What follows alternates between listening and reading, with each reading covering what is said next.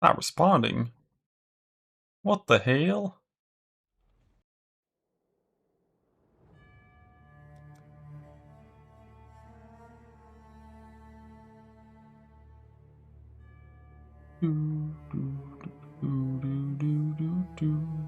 Blah.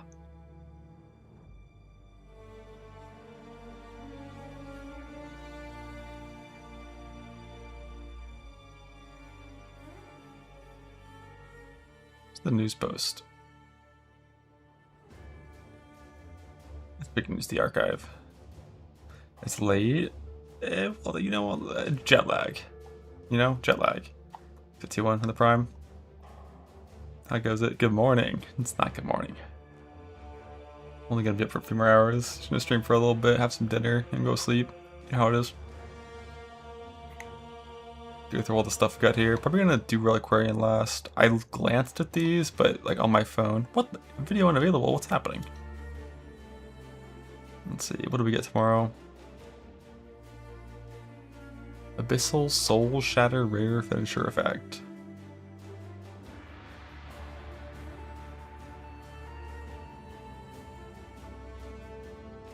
Deleted VOD. Is that what this is? Maybe it's like a only on a YouTube thing. Oh. Unlucky.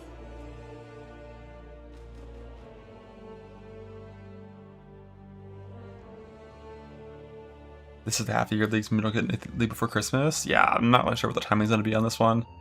Cause like there is a world where they just like send a fucking Path of Exile 1 league like right after ExileCon, and then save the Path of Exile 2 league for after GTA 6, but like it's probably not gonna happen, so yeah, this is probably gonna be probably like a next league is in 2027 kind of thing. I'm an ad blocker. Yeah, it could be something to do with that. I've got Firefox though. It's the supporter packs. What happens to league ends? I take it they haven't talked anymore about this Mirage League stuff. If none of the new shit from Mirage League that's tied to like different league mechanics goes core at all, I'd be kind of sad. Like if we lose fucking volatile vowels and like, you know, cord belts and all like kinds of like random shit, the fucking cluster jewel currencies, like all the things that Mirage added to other leagues were so cool. So definitely not gonna be not gonna be happy about losing those. But like hopefully Mirage comes back like next league and all that shit comes back too or something. But I mean personally, I feel like Mirage as a base league just doesn't really like need to be in the game. I don't think it's particularly interesting. I don't really care about the league at all. It's just all of the things that it added to different leagues are good. But like you could just put those as rare drops in the base league mechanic and then just pretend Mirage never happened and it's fine. But the idea of like Mirage coming back with like fucking passive tree points on the tree and like all kinds of stuff like that, I just don't think that's necessary. And I kind of feel like if they do make Mirage core, it's going to be more like Affliction. It's going to be like fucking 10% of maps have a map-wide Mirage or something like that. Like that, I feel like that's the kind of mechanic Mirage is. It doesn't really, you know, it's nothing crazy. But I really like Volatile Vowels and the Clustercraft currency and Cord Belts are all fantastic. And I'm sure there's more that I'm not even talking about because I just forgot all of the cool little one-off currencies that Mirage added. Obviously coins were never going to go core because that's just the, you know, league power creep. But I'm gonna be sad to miss the rest of it. Right, the Abyss teaser. Yeah, and Chain on Blueprints, yeah, those are kind of good. I missed out on a pretty good self-found league. I go and trade. Shit, it's loud. Shit, shit, Rise shit. again. So rise again. Sorath. Serve me.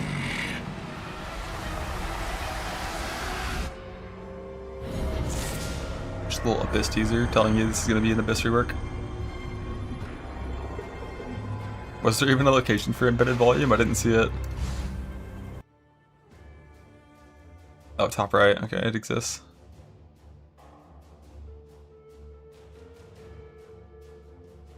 So yeah, assuming this is just going to be a full Abyss rework. The Breach rework was really good. New Breach is sick. So, you know, hoping that's going to be good as well.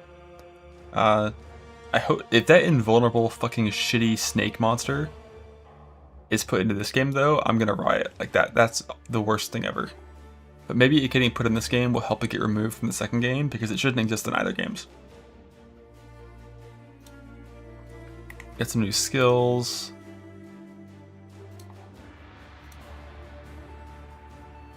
Fuck. Work. I don't know if it's an Abyss work is the question. Is it the Q&A? Good. Oops. Work. Work. Work. Alright, I gotta like go to their fucking... Thank you. I'll just keep their page opened. Hi, I'm Mark Roberts, Game Director on Path of Exile. This skill looks For hopeless. the past few leagues, we've been slowly adding transfigured variants.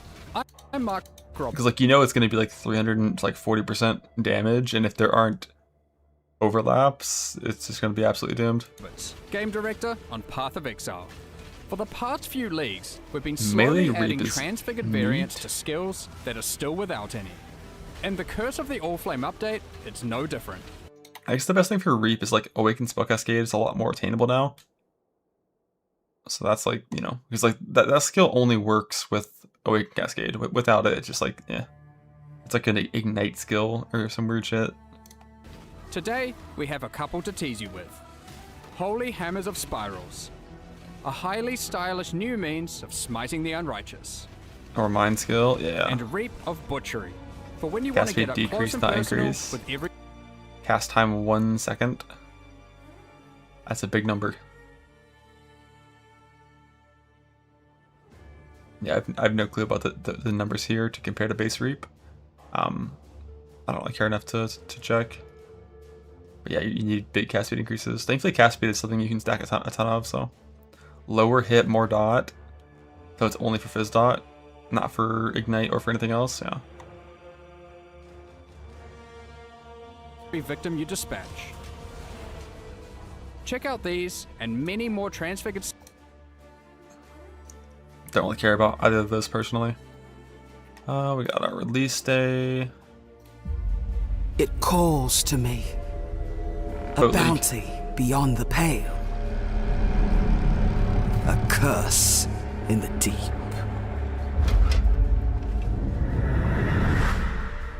Big fishy.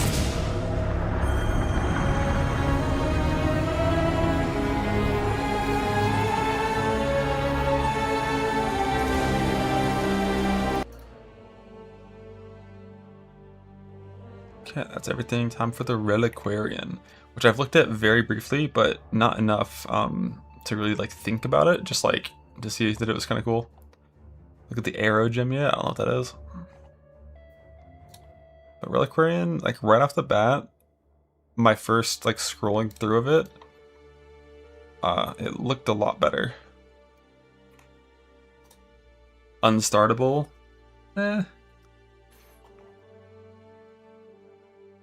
maybe. In trade, I'm sure you could, it'd be fine.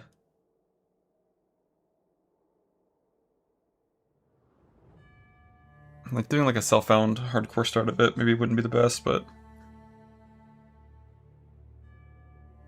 people were like, we're talking about being able to easily get full convert to fire now. Where does it all come from? It's like, isn't it only 20 from Watcher's Eye or is it 30? It's, if you like wear Dawnbreaker itself and have alright, so like wear Dawnbreaker plus Watcher's Eye plus Timeless Jewel.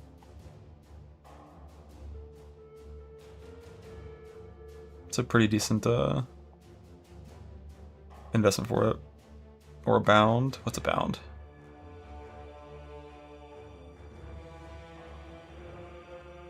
BBD? Oh, by Destiny. Okay. Hunter Ally to Chaos? Yeah, that makes sense. Does that work to not need the shield? It should, right? Because you only need 5.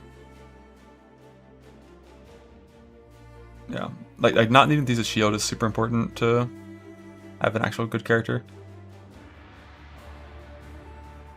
Yeah, 5% fizz is like not a problem. You don't need to go past like 50 fizz convert. What's up, Blue?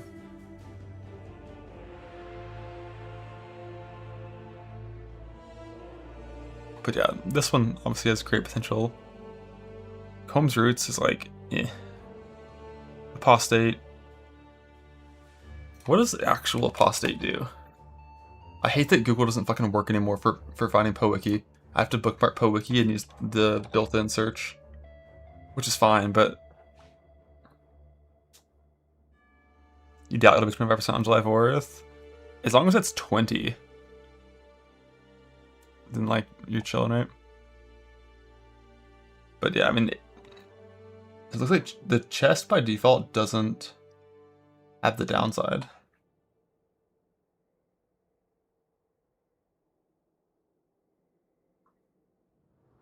But this is minus 1200 life, which is like kind of big.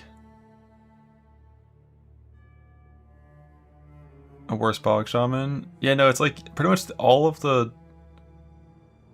like benefit of this. You're just like trading with your Apostate.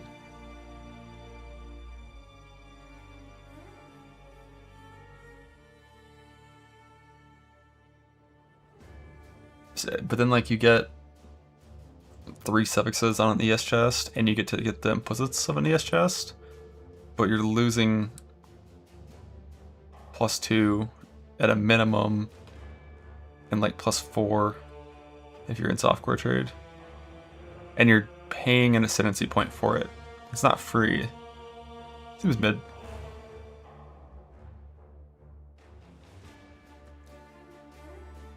Elevore is like crazy early defense. But like typically early defense only against one of the damage types, like spell versus attack. Not really the kind of thing we typically care about. Komatsu's really good. Yeah, I mean early 100 life is neat, but just getting like stun and action speed immune, it's like generically okay. But with the removal of 17s, this action speed stat is like way less required. Yeah, Thud, what is this? Fuck you, Thud.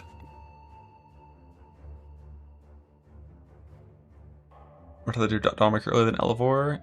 Yeah, like Dawnbreaker, like physical damage is very spooky early on. Spell damage, there's a lot of ways to combat spells early on, but like physical is generally the thing I'm more scared of defensively. Now you also could just go Valkyries if you're any sort of skill that scales with levels, like if you're any sort of spell setup, and if your skill is corrupted, you get just, or not corrupted, but if it's a Val version, you get +2, which is pretty meaningful for your damage. And like free onslaught saves a flask. When I first looked at this, it seemed like this ascendancy was really, really, really good at supporting self-cast spells. But unfortunately, self-cast spells are dog shit, which is a problem for that. I don't know how I feel about this ES recharge thing.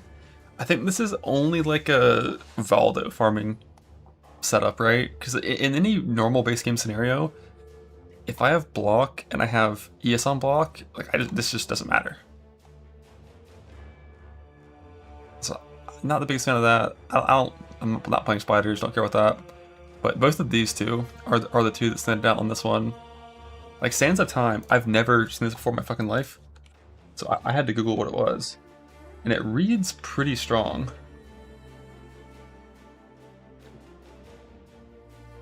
What's it called? It's a spend in time.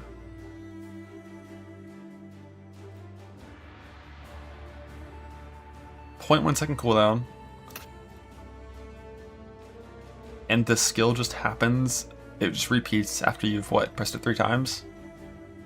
To do 80% of the base damage. So like it's level 20 to level 1. So I'm just gonna make this up and say that it's the same thing. Or like it doesn't exist yet, I see. Yeah, it could be a little worse. Because currently only 20 exists. Okay, but isn't it be too strong? Would it be? Like, it would make self-cast spells maybe playable. But I guess if it's coming with balance changes to self-cast spells, then maybe. It'd be too strong at level 20. But the summon Phantasm one seems strong. But yeah, even if you just assume this is like 40% less instead of 20%, or even 50% less, it's still pretty strong, it's neat. The problem is like self-cast spells are just so bad. It's such like a low starting point. And then the Black Cane. Well, I hate that I can't Google search and find PoE key anymore. Maybe there's like an extension I can do to make it like always be the first search result.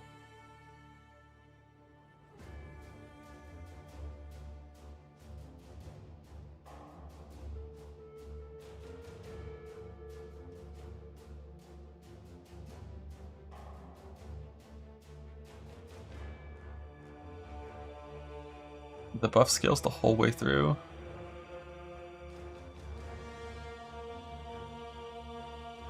So like this also will scale.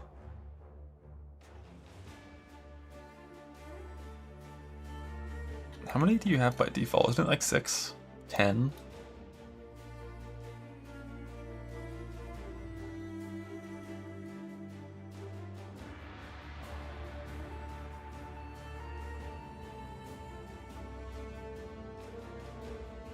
Max is 62 with a bunch of shit to scale it. Yeah, I mean, that sounds big.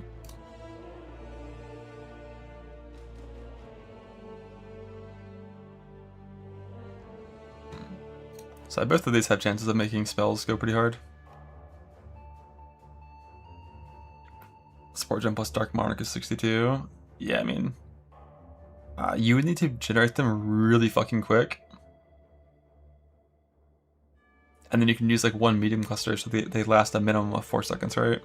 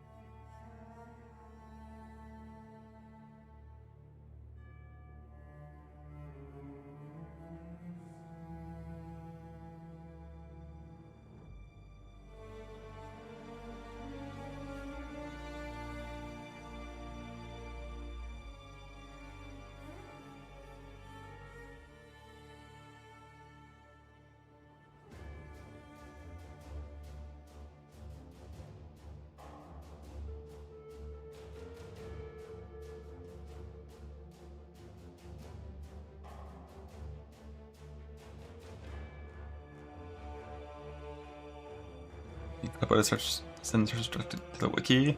It's like anytime I type PoE in my search bar, it just auto pulls up the wiki of it. That'd be good. But yeah, this seems pretty strong. Suspended time is okay. Phantasm is just like, it gives it's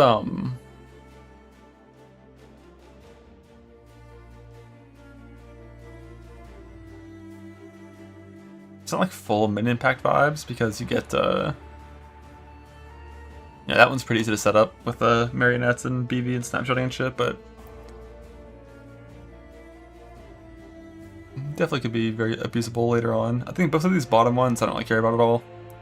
Like 8 multi, some fucking base crit for power charge, like maybe 0.3 base crit is strong, but like, eh. So there's just these middle two. And then page number 3.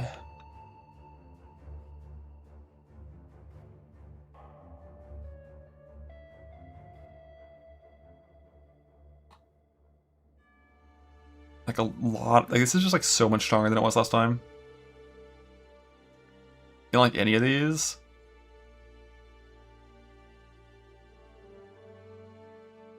I feel like there's like quite a few here that are pretty solid. Yeah, like melding means no bloodline, but for so many builds, there's like literally 0 bloodlines that help you at all. So if you're not doing full convert to fire shenanigans, melding is pretty good. The problem is like, if you're playing this ascendancy for melding, you probably should just be playing for Dawnbreaker and going full convert to fire. Like that's kind of just stronger than melding is.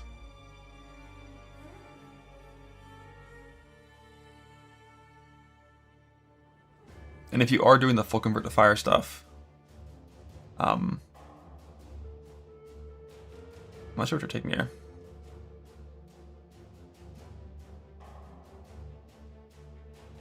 And Pen isn't good even if I was still in the game. I'd have a ring over in Pen Shrine. Yeah, I mean probably for like super in game like trade league rings. Don't care about Compass Binding at all. But yeah, like for the Shrine Belt, you could have like 2 other shrines, like Excel Shrine plus like, you know, some different shit.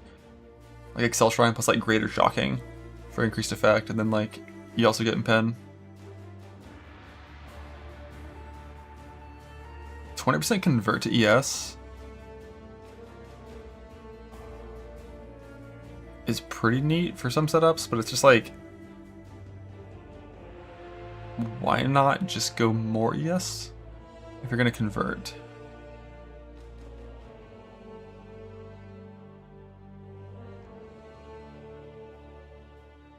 Free chain is, I mean, this is like just like the Deadeye node, right?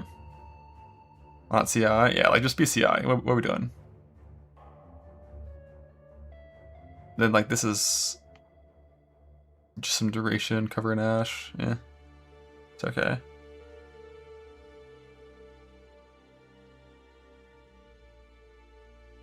I feel like this was the one that I wasn't too sure about. The bottom one.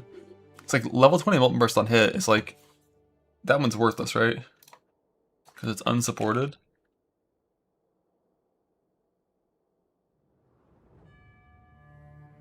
So like that one seems really bad. On's Might.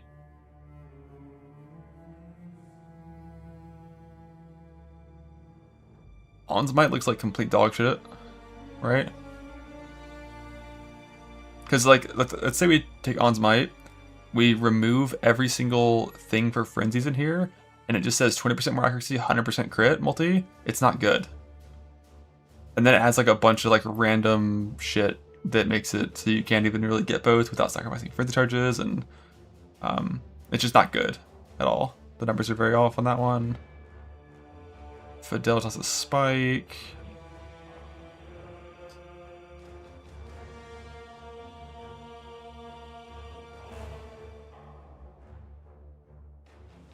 Yeah. I'm just trying to think like a scenario where I'd want this, like, not really finding it, unless there's something with Herald of Thunder, like auto bomber stuff, or like you need this efficiency to like have good links. But like everything up here is just like, yeah, like all damage can shock is what you're looking for. Hits always shock is like, yeah.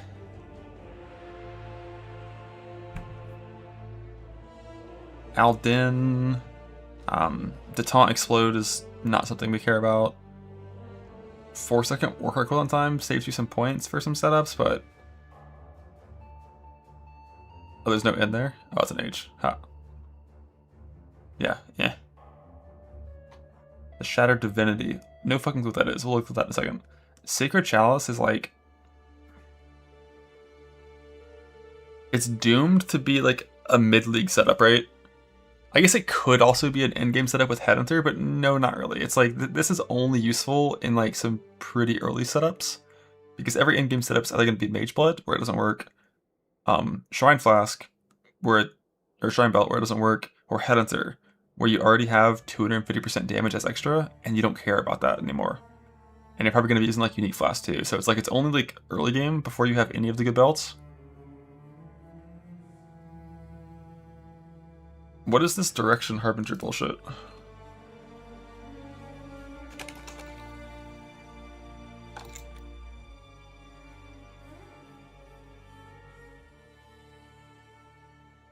found it. An Immortal Harbinger minion. It casts a buff on you that grants one or all the following. One or all, huh? Fires 2 proj, chain 2 proj, pierce 2 targets, forked and fork each time. One or all? What does that even mean?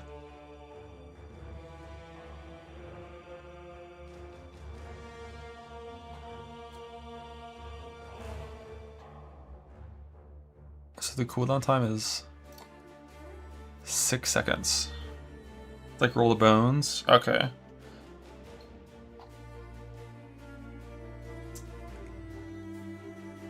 The biggest problem here is the pierce, right? For a lot of skills, pierce is a bad thing. Like, you don't want pierce to occur. The rest are pretty much always positive, but pierce can not be ideal. Last 4 seconds, you have 2 seconds of downtime too. Really? It's 4 seconds? It's not even full time for one? Yeah, that fucking sucks.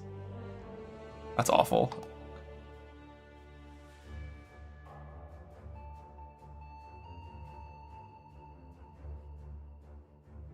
Like, even if it is permanent, one of them... Yeah. Very mid. Like, definitely by far the MVPs of Scion is like Dawnbreaker and like Black Cane and Sands of Time. Like these three are the MVP nodes. Like Black Cane has potential to be like genuinely fucking like stupidly game-breakingly strong, but it relies on having a bunch of minions around you all the time, which yeah, annoying. Bottom Tree is just like these 5 suck, man. Like Bottom Tree needs tattoos to change this to like a different ascendancy node. Because like all 5 of these look really bad. It's only Sacred Chalice that is gonna be strong for certain builds.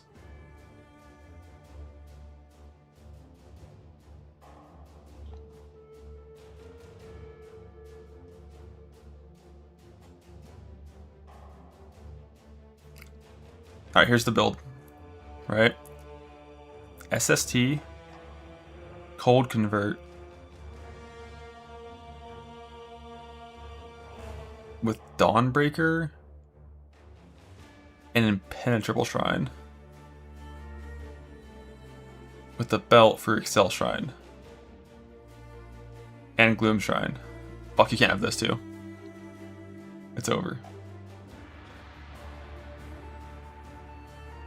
I don't know how SST scales into like the modern mapping requirement. Because last time I played SST, we were like farming, like rarity stack farming, just like pretty easy maps in Crucible. And now you're fighting 10,000 monsters of Delirium Breach beyond nonsense. And I don't know how SST does with that kind of pack size.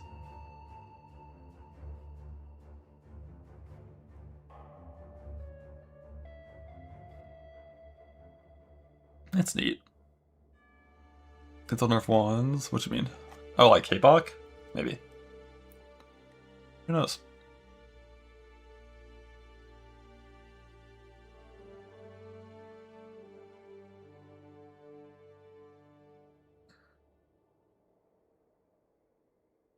So 100% means free? Nope, not quite. It means half cost. And then like 200% increased efficiency would mean 1/3 cost. I think.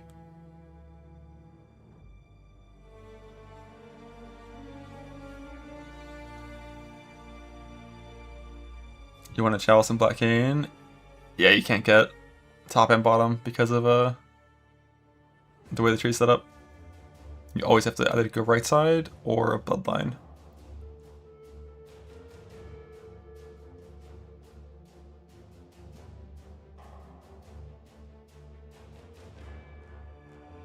And bloodlines, you know, there's maybe some decent ones, always.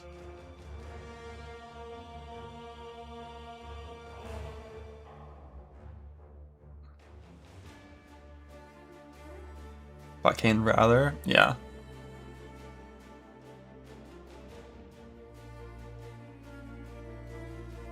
Trade that with Combs and the Shitty Harbinger for the strength. It's just gonna be a lot worse than Juggernaut strength stack.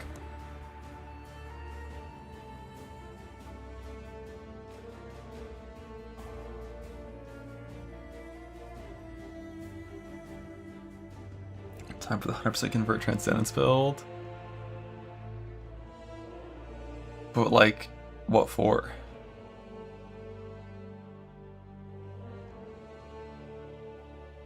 I think it's pretty much only Delve where you like ever need Transcendence levels of defense. Like modern endgame mapping, unless they really do a big endgame change, modern endgame mapping in Path of Exile 1 is like really easy. We went from like T17s making endgame mapping require like the most insane characters of all time to like the current patch where if you just have like some okay ES gear and an ES on block shield and some fucking block, like you're pretty much invulnerable. Unless you're gonna put in like reduced block minus max stuff. Like surviving on like Head and Through Wander was surprisingly easy. Even when you can't play your character or see anything.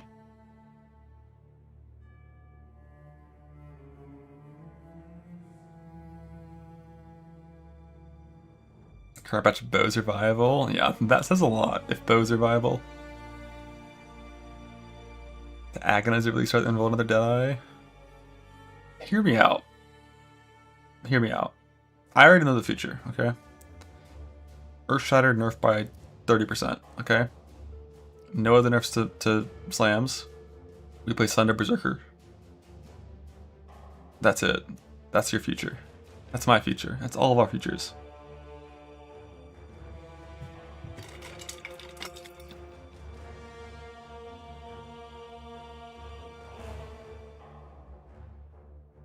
Boxes build doesn't matter. Will we? Are boxes even good if you're not in Mirage? Like when I was doing Mirage box farming, I didn't open boxes that weren't operative because they're just like there's no reason to. Like if you're walking past an Arcanist box, like I guess maybe you open it. It's probably okay, but it's questionable.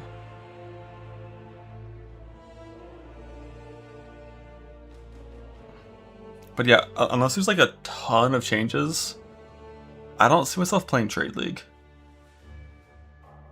Like, there would really need to be a lot of things that seem like some aspirational content to do. Because like Trade League, you just finish so fast. There's just like no challenging content.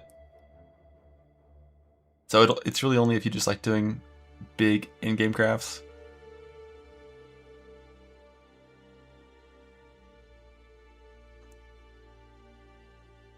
But I'm pretty sure I'm going to play Self-Found in this Path of Exile 1 league, and then play Trade in the next Path of Exile 2 league, I think.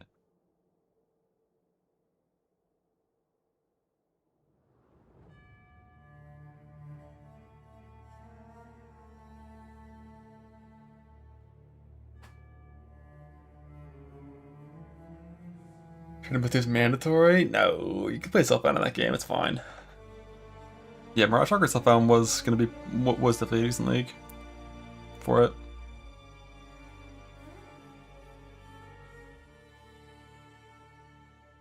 I would have played Self-Found for that, but someone ran a gauntlet during that league, like fucking 4 weeks into the league. So I wanted to get some good boss testing done in on a few different setups that required some trade currency. That guy's the king, holy. Uber needs to hold value for a little while? Okay. Yeah, it is funny how easy it is to make money in hardcore trade. Just farm Ubers for like 3 days and you have like 5 mirrors.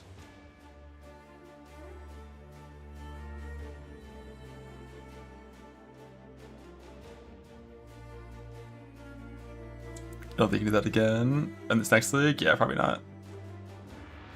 How about this?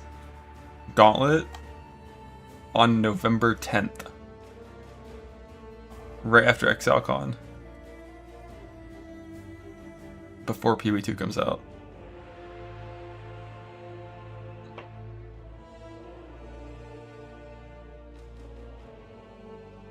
I still don't really get what their plan is for dodging GTA 6. I don't see how it works. Like, ExileCon ends on like what, like November 8th? And are you not going to release anything for a month?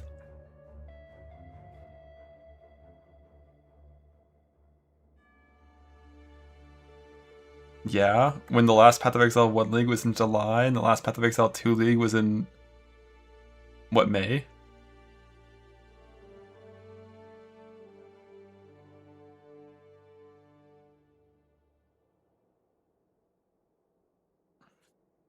Just go ahead to have a GTA. Amen. That's what I thought was going to happen. I didn't think there was a chance that they were going to dodge GTA, but then apparently there's a quote saying they're going to, from Jonathan.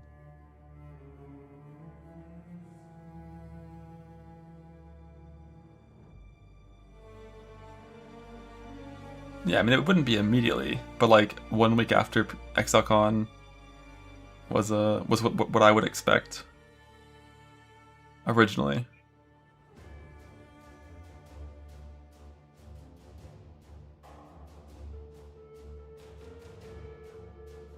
I do wonder like what we're gonna get from Abyss and PoE 2 though, because one of the best things about Abyss and PoE 2 is like omen crafting, which doesn't really exist at all. So maybe they could have some form of that in this game. And then like jawbones, right, and ribs and stuff, which is just veiled currency. Like we already have veiled currency in the first game. So we'll kind of see what that is. Oh, is that what the full quota said? Yeah. I mean, I assume we'll have a better idea of when that's gonna come out, you know, in like fucking October.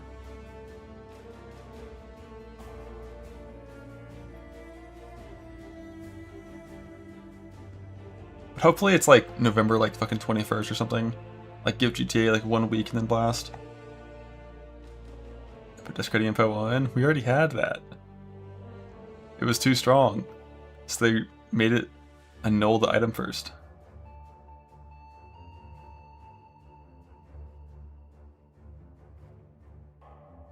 Thanks to December again? I hope not. We'll see about Abyss Monsters dropping things.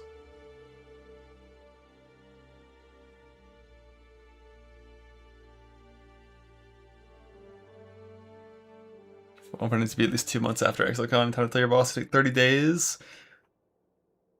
You gotta just do the tag strat. Tags had this legendary strat back during World of Warcraft raids, where just like, you just quit your job for the new raid, and then you get a new job with a higher pay after the raid. It's like the perfect vacation.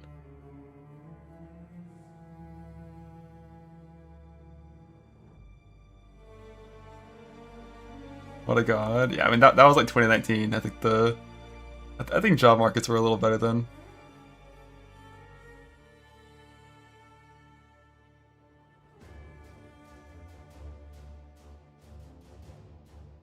The ancient times, the pre-COVID times.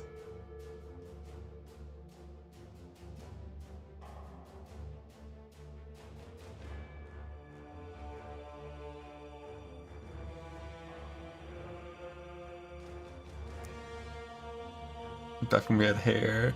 I saw some pictures from that wildfire up in, which apparently is in fucking Western Canada, but the pictures were in Boston, so I didn't really get that whole shtick. That it was fucking up the world that much.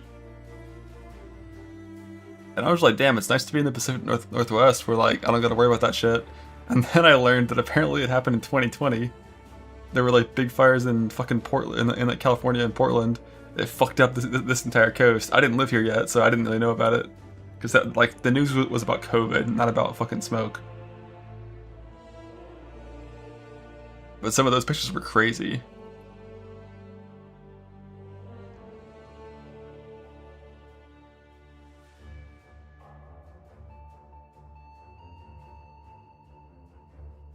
Spooky. But it's probably nothing to worry about.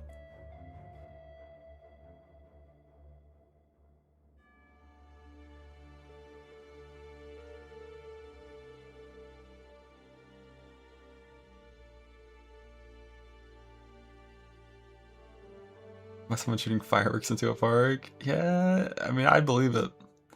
I believe it.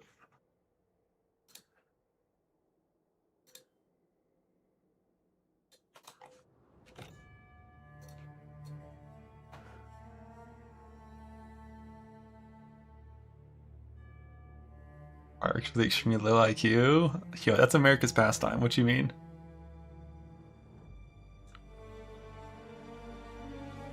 Although, at least here, New Year's has like consistently been a more impressive firework experience than July 4th.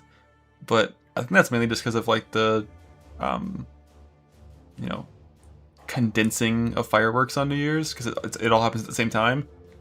Whereas on July 4th, it's just like fucking a week straight of fireworks.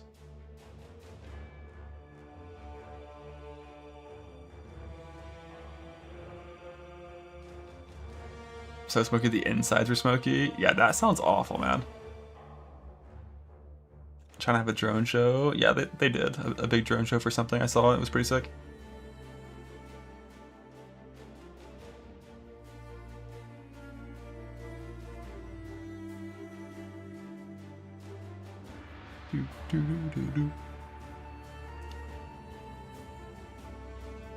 Yeah, I saw fucking...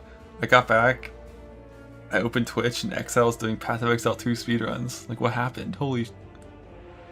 What happened? He's going for the double?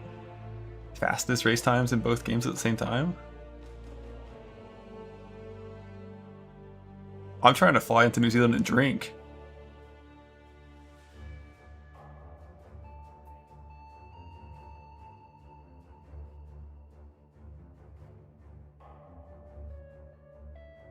With Quinn? Yeah, probably. Who knows? That was a nice bar you went to. Yeah, I mean, when I first get there, I'm probably gonna do a bunch of like... I'm sure I'm gonna find like some sort of boat tour. I'm gonna find some hills to walk up. I think in Shanghai, LP was telling me about time he went parasailing in New Zealand, and that sounds fun. So I might try to find that. And then once it gets closer to the convention and like more people are flying in, find the fun bars and good food with the homies.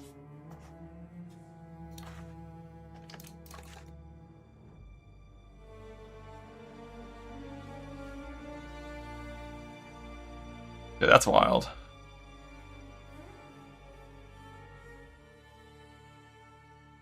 I think I got in there some one light beard who was ramping. Dude, we were at the bar, me and my girlfriend were at, oh, where were we? This is for one of the World Cup games at like a bar near us.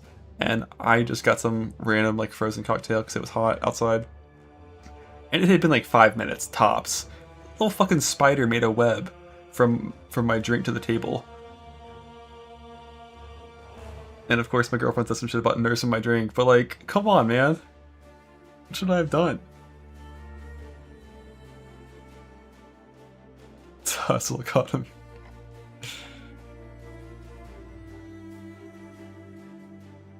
So whenever PB was time to be alive, yes, dude.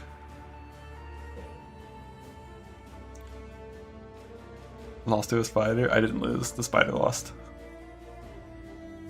Salt, salts, and spider eggs? Probably. Free protein.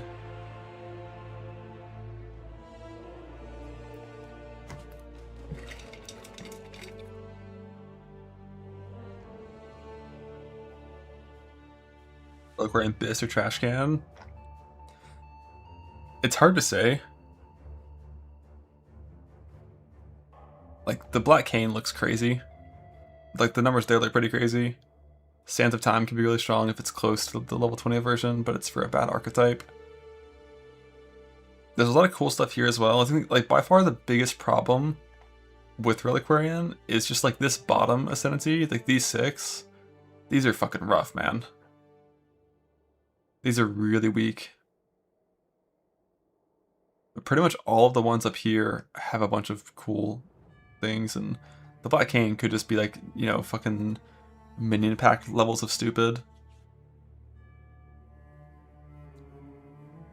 But then again, like, this is already in the game. It just requires you to commit your weapon to it. So if it's that strong,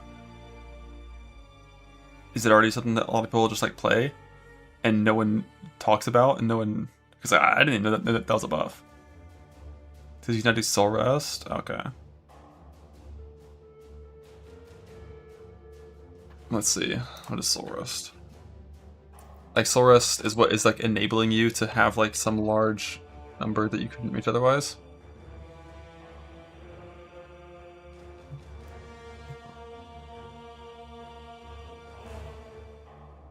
This with like any sort of corpse consuming skill.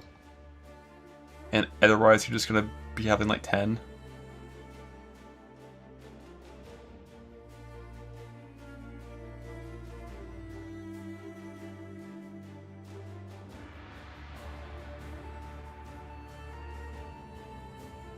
You better have a ton of cast speed, because if you're wearing this, like you're only moving with Frostblink. You only start Venom Geyer, Selfbound Hardcore. Don't. I tried that back when we had good Lightning Coil and Deadeye. But it was like my second character. It was it was not good.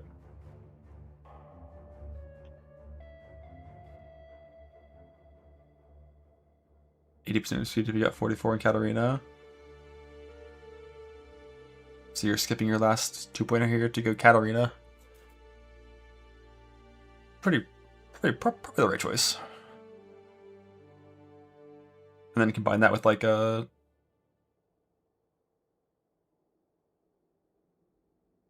Excel Shrine, Belt, or Mage Blood, and just have high move speed, no move skill. Could be an angle.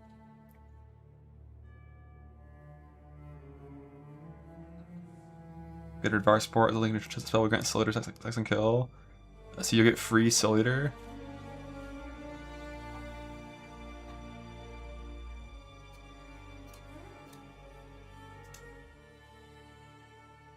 Right click the wiki thing and click add search engine.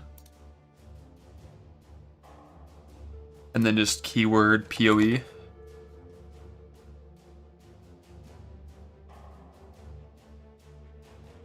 My only concern with that, I assume it's going to require pretty specific phrasing, right? Like, I'm going to spell it properly. Let's see. Huey Grace S. Yeah, so you need to actually spell everything properly. Let's do it that way. At least it opens the wiki by default, so that's good. Better than nothing. Gonna watch the Odyssey? Yeah, I think I'm gonna go watch the Odyssey. I learned recently, like, we have like one like real proper IMAX theater up here in the Pacific Northwest. And like the fucking Space Tower Corporation bought it and no longer plays movies there. Because it was like losing money or some shit. So can't watch that in the actual theater. So my options are either drive to Canada and go see one up there, or just see it in like a shittier theater down here. And I'm probably just going to the second one. Portland. Does Portland have like a proper good one? That's like a 6-hour drive or something. That's pretty far.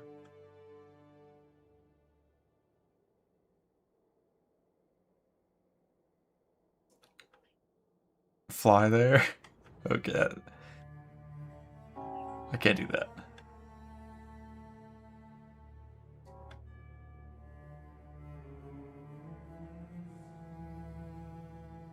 Yeah, I heard the one up in British Columbia is decent. And that's like a 3-hour drive, but minor passport problem there for my girlfriend. Hers isn't up to date, so probably can't do Canada. Limited high speed rail on the West Coast. That'd be sick.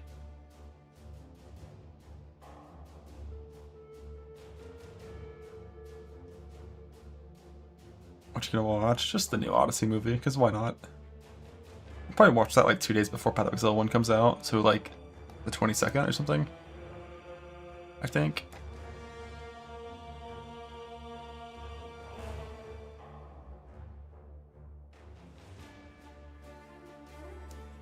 Bruh. Is that tomorrow? I mean like the actual league start.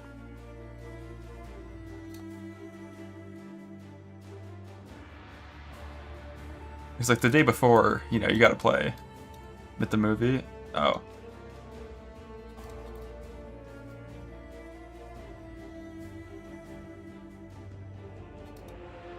But yeah, I'll probably go watch that on like the 22nd or something.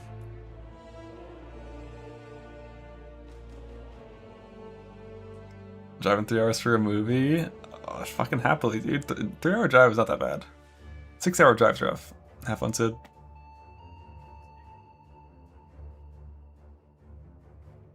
We drove 3 hours to the beach just to fuck around on the beach for a little bit and then drove back.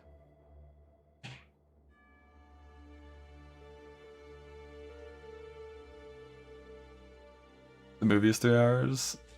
Good.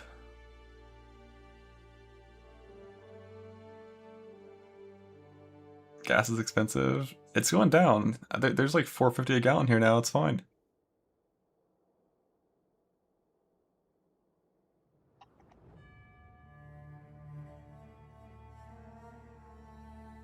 Fine. Yeah. Going back up now. Yeah. I filled my car up. It's fine. Not worried.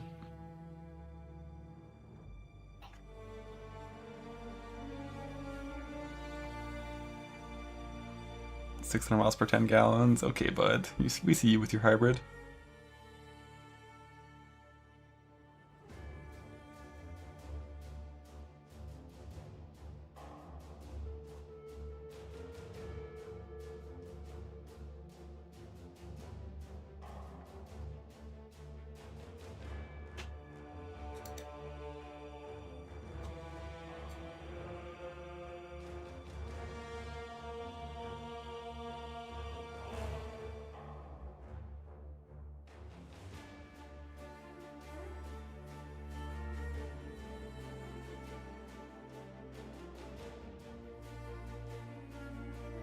What's up, Connor? Thanks for it. Huge.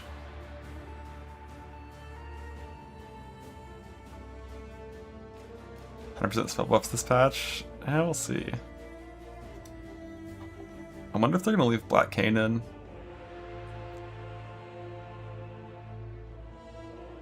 And if they kill it.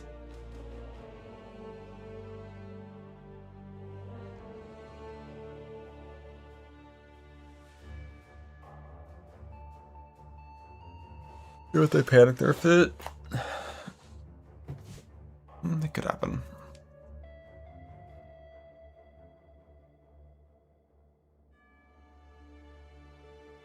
Anybody like us to play Orbiting Mana Man again? Fucking Mana Man.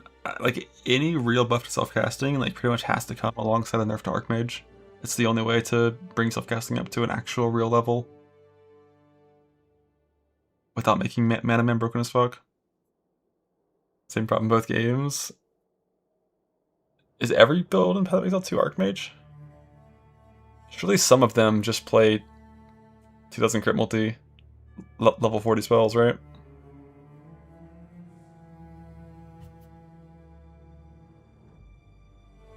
You just do both? Oh yeah, good point. It's not base damage in that game, it's just a multiplier.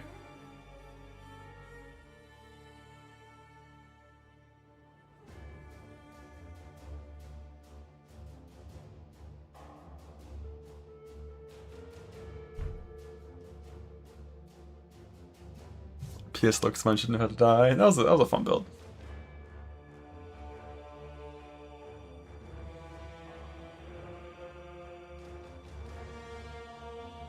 Revert Spark nerfs. I hate like the only way like Spark's one of the only skills in this game, or spells, self-cast spells in this game that like ever is playable. And it's just like a standalone skill. It's definitely the only like non-transfigured gem. Because after that, it's like Ball Lightning of Orbiting and then like the other Archmage gems. But Orbiting is really fucking annoying in certain layouts. I liked it a lot when I played Mana Man back in 3.25. It feels really good to play in some layouts and like really bad in others. Yeah, Spark Champion was Sanctum Gauntlet. Like, Sanctum Spark Champion Leaf Start was so fucking sick. You farm Diadem in Foothills from Katarina, and then just entered maps with your free aura from Divine Blessing and just leaping around, dual-wielding scepters with Fortify and Stun Immune and Armor and Evasion and ES and Ghost Shrouds. And actually, I don't know if we had Ghost Shrouds, but like you had just like everything. It was so sick. Yeah, Haunted Mansion is not a good map for Ball Lightning of Orbiting.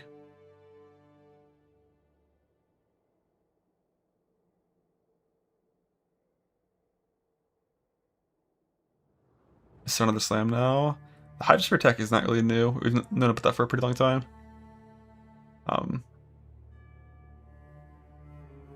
I think if they nerf Earthshatter, yeah, we're gonna Sunder with Hydrosphere stuff. But Earthshatter is just good. What's the tech? Basically, you put 2 Hydrospheres into Battle Mage Cry. I think you put 2, and then it'll cycle them. And when you hit a boss, you'll hit Hydrosphere 1, the boss. By hitting the boss, it procs Hydrosphere 2, which will then hit. So you'll have 2 Hydrospheres splashing the boss and the boss hit on every single attack, which gives you, I think, similar damage to like 3.5 or like 4 Spike Earthshatter. But, you know, the boss has to be stationary and like you have to have insane fucking gem sockets to do that. It pretty much requires you to go unset rings, at least 1, like maybe 2.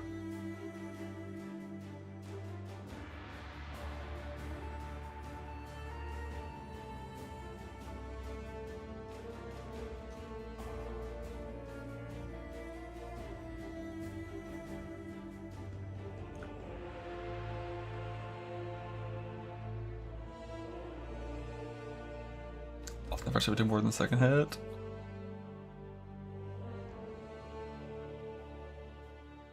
Yeah, I'm not really sure. Could just still be on cooldown. Like the one that's already there is still on cooldown. And like it wouldn't double proc, double hit.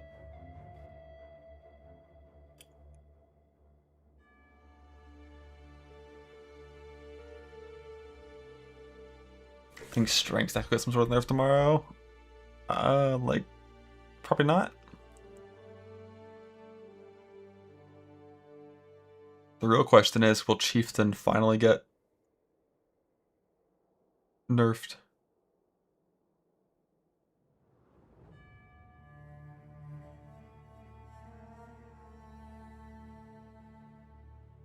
Comes to evil into the world. Chieftain's so fucking disgusting, man.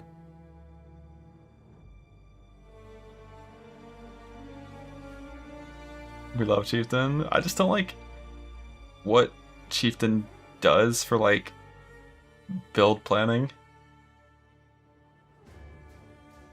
Now that like mapping is actually good and like just blasting juice maps is good, like Chieftain is just like always the low budget way to just do it super easily because the explode node has an extra 0 that shouldn't be there.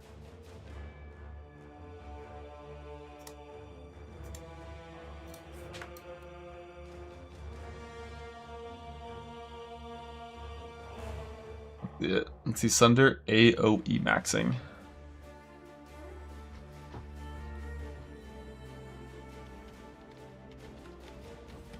Okay, okay.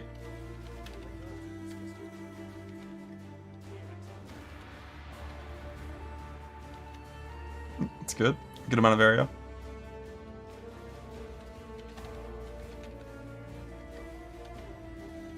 Yeah, those are some rather large spikes. And your computer doesn't appear to like it.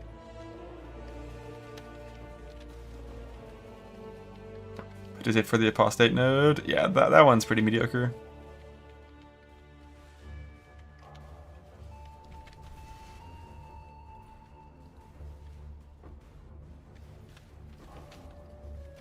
Badger League starter. I wonder how much area this is. I don't see like massive shrine or anything. I feel like it's probably just like the points in the tree that you normally take on slams whenever you're feeling like getting large. Slayer with Brinkmanship. Yeah.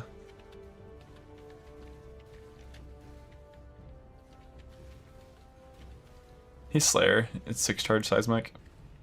So that's like 100% increase roughly. I don't see if it's like Sand Sense, Button Sand, or anything. I think Sunder is much closer on Slayer than Earthshatter is. I think Earthshatter's Lurker is fucking... Earthshatter's Slayer is like actually fucking trash. Because you attack fast, like too fast, and you burn through your Warcries. But Sunder is like built to play with lower attack speeds, which makes the CDR and like Warcry exertion problem like less of an issue.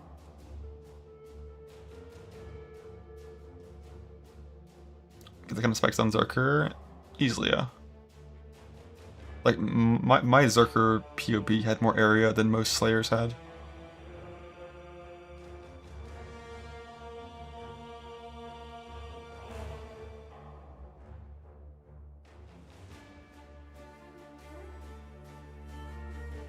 I doubt. Actually,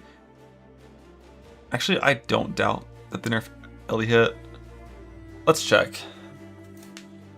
PoE.ninja.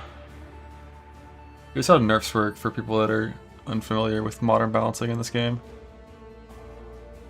So we take the last league, we click week 1, and so KF's gonna get nerfed. Okay.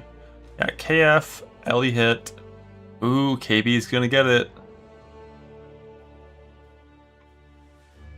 I don't know if they'd actually nerf RF. This might cause the Chiefs to nerf, we'll see. Like top 4 is not safe. Like week 1 software trade, KF is for sure getting nerfed. 13%? What the fuck?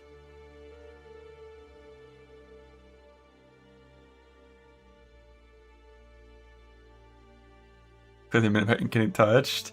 Min impact is going to get drop disabled. It's not going to get touched. They nerf fire trap with the nerf RF. Yeah, true.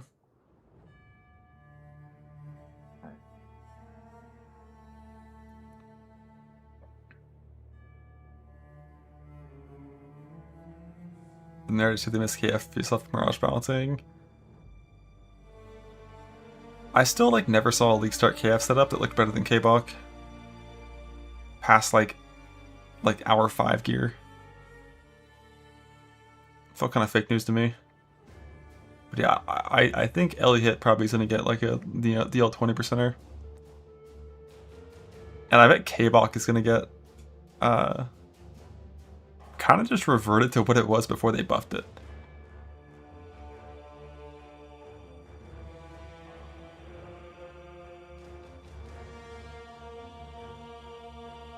League Start boss I could recommend.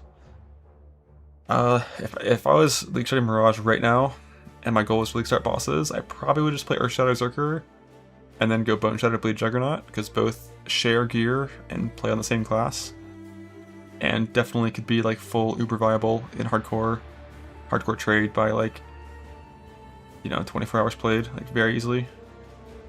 The problem you run into with hardcore trade bossing, if you're doing it like that, is you have to just buy 17s and farm fragments yourself, because like you'll be boss viable before the league is farming fragments for you. So typically you're better off just selling void stones early on. Increase the pool of 17s in the economy for you to buy. Question get answered. You're getting ad bombed. Yes, sir. Change up to get Ubers take you so long. Yeah, they just never really like increased the amount of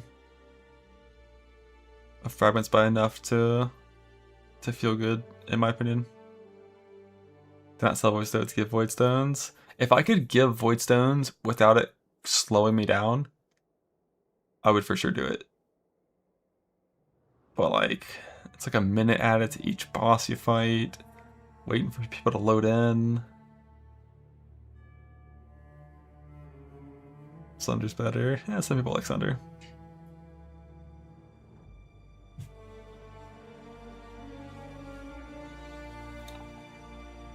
"12 hours played Mirage League." Oof. 1.26. Big damage though.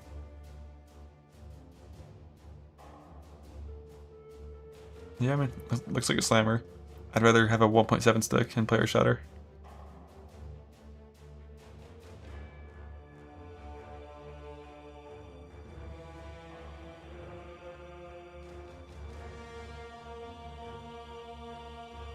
Where are these points going? Isn't this like a ton of points? 119? Without Templar. Oh, some attack speed to make it for a Curie Chopper. I see.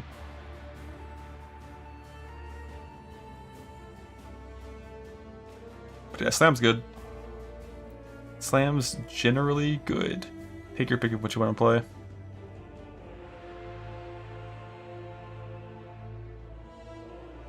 Staff, Cyclone, Shockwave Slayer, if you're feeling it.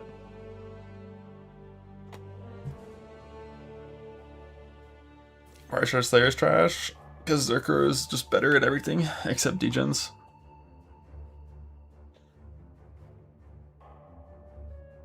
Does more damage, moves faster, is tankier, looks cooler, better leak start because of starting location on the tree.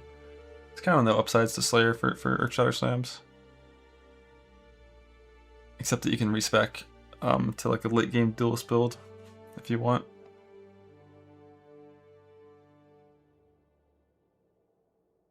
%22% Hierophant.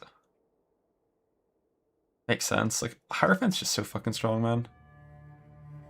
You got your Wanders that are doing mana stuff, your Totem builds, your fucking Archmage builds, like, all fall into Hyro. And it's good for all of them. What's the least played? Sabo. Yeah, not surprised.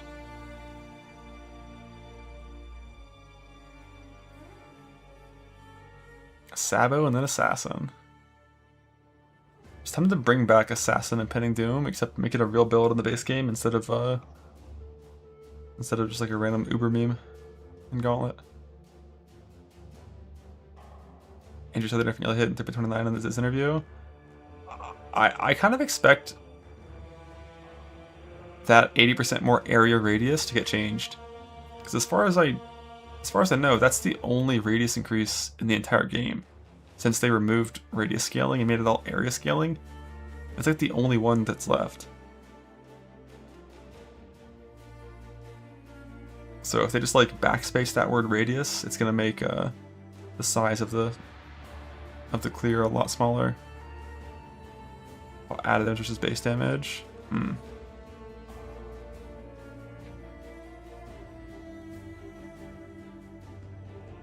Yeah, we'll see. It'll probably get nerfed. I wouldn't be surprised. Just because, like, it's here, right? It scales well. It's league survivable. And it, fell into the top 4 of week 1 softcore trade, which is very dangerous.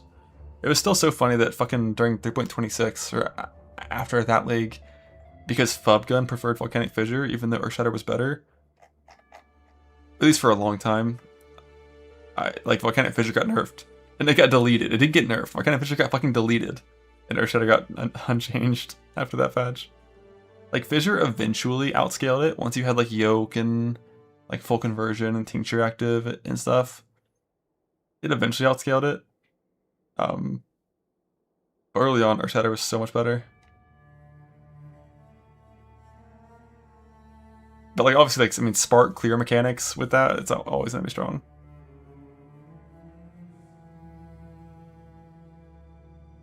And double hit back. Yeah, you definitely couldn't see shit, and the sounds of Fissure were pretty annoying if any gamers, you know, cared about sounds. That's like Earthshatter's best thing. It's like high visual clarity, high coverage, and it's like satisfying audio feedback. So important. I'm excited to see if they're going to nerf Impending Doom, because if they don't, definitely a good chance that I play an Impending Doom setup.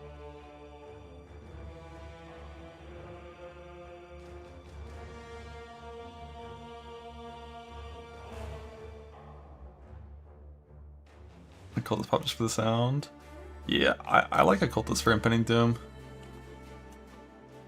That's what this run was gonna be, but I just like stopped playing Like, I just got to 84, I just put on, like, all my shit.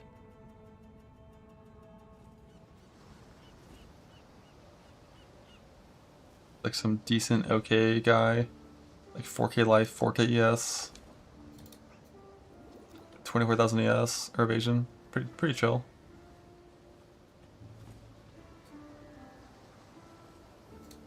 But I definitely like a cultist a lot. You get like a good amount of ES extra, but easier gearing for hybrid. And pops. Because if you're not a cultist, you just like have to map with either Beanos or obliteration on. It's just like kind of required. I don't think I have that much spell block on this setup. I'm like still suppressed lucky with a lot of that, and like 25 blocks, not much.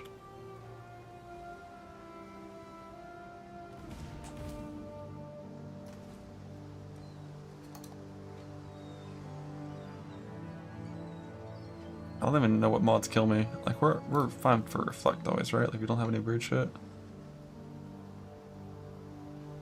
19 of the 39 fire damage spells? I don't know. I don't know. Poison better than ignite? Probably, yeah. Haven't seen anything that made ignite seem like a good. The Uber got them with slams? Yeah, it's very possible. The pops. The pops. Yeah, ignite is probably better if you're trying to like literally league start this, but the thing is you're using a unique helmet that you're not going to have at the start. And as soon as you have the unique helmet, you kind of instantly can clear 16s on poison and have much higher scaling.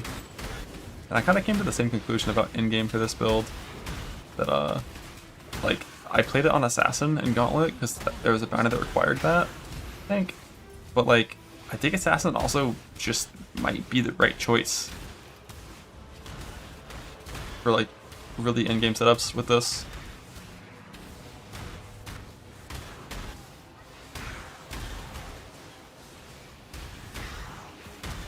Like defensively for hard content, Assassin has the best point of any ascendancy for hard content. 35% less damage taken when there's 2 rares nearby, which there like always is when doing hard juice mapping. And like the poison duration is like really good single target scaling whenever fighting hard content.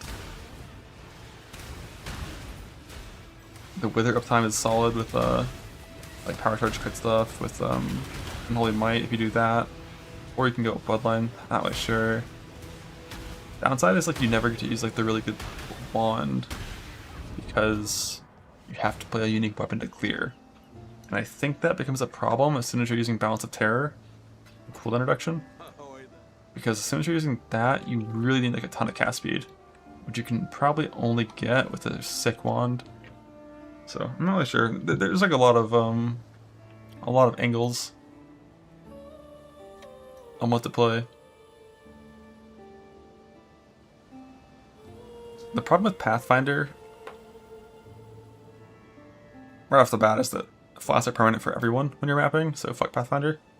But Ranger has some bullshit with cast speed, where like their animations proc Vixens at like a different time than every other class in the game. Which means you need like different cast speed numbers or more of it or something, and it's annoying. Yeah, there's a jewel for explode, but it's really rare.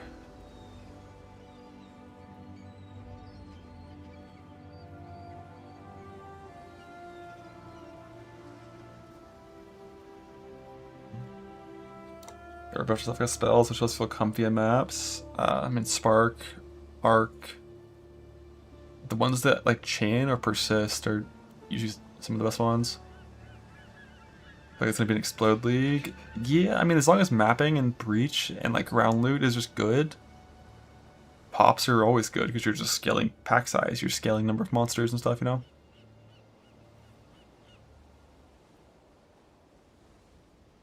You did Sabo ID once. I think that is valid. You can play the skill on a ton of different ascendancies, and each of them has like a, you know, reasons to play them. I haven't looked into crit hit based ID like at all. I think it really looks strong. It looks strong with like Black Cane shenanigans. With everything else, it looks like it has really good like mid-game defensive potential. But I don't know about its offensive scalars for anything except for like spells. Has a crit a dead archetype now. I saw a post complaining about cast on crit after the nerf to or removal of Awaken cast on crit.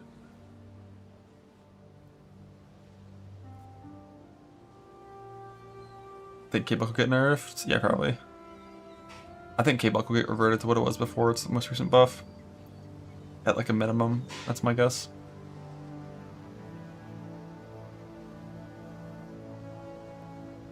But yeah, I mean, Spark is the classic self-cast spell.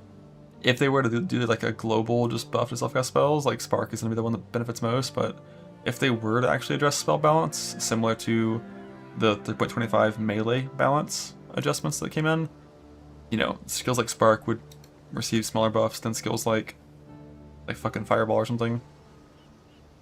But Fireball just like mechanically sucks. It's just, I think the only change Fireball would need to like consider fucking with it in the slightest bit would be like make it so it explodes when it like pierces or chains or forks instead of only exploding when it expires. And that would make it so you can actually like scale it with projectile augmenting effects and not just feel bad.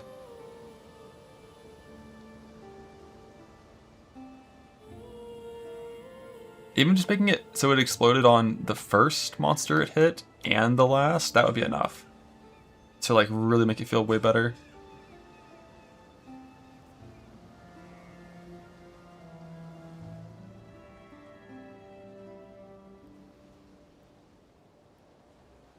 Thanks to the Prime for the drop potential. That's gonna be tomorrow.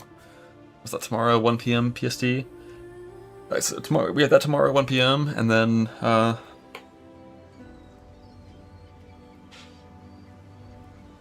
small break, and then playing some fucking Torchlight at night. Level 7 fusions of spells. I don't think they would attempt to do that in this game.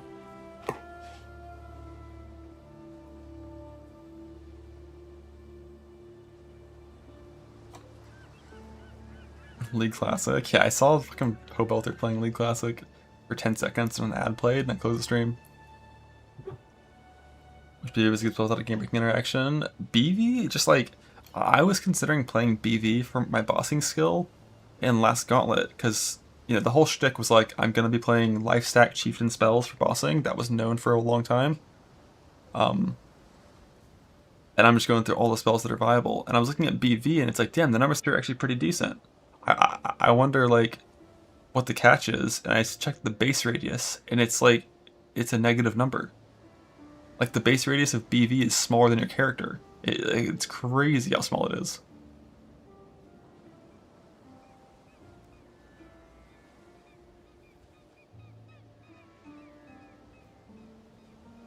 So that was an instant no.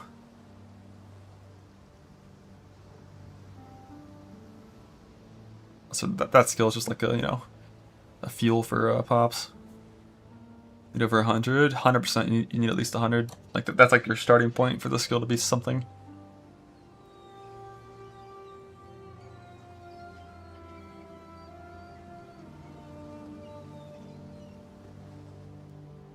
The thing with Spark is like not even low damage, but Spark is very layout dependent.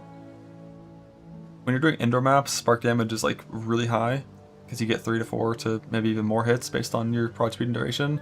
But then you walk into like an arid lake and you're getting like 1 hit per cast and it's not ideal. Air move book increased AoE. Yeah, I know. So many good woke gems got purged. Which is what like killed my desire to play fucking Caustic Arrow. Because Caustic Arrow is one of my favorite like map farming builds. And losing woke gems nerfed that build by like, it was like 38% less damage. Because you lost 5 woke gems. It was one of the few builds in the game that actually used 5 woke gems. Or 4 plus empower.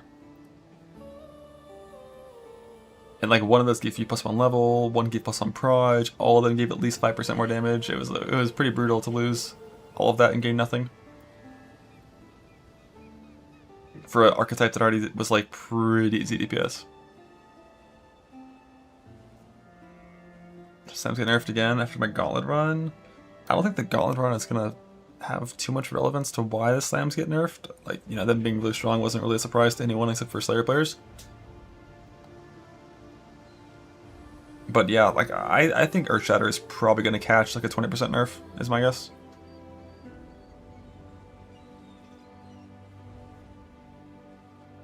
And then we play Sunder. Let's go.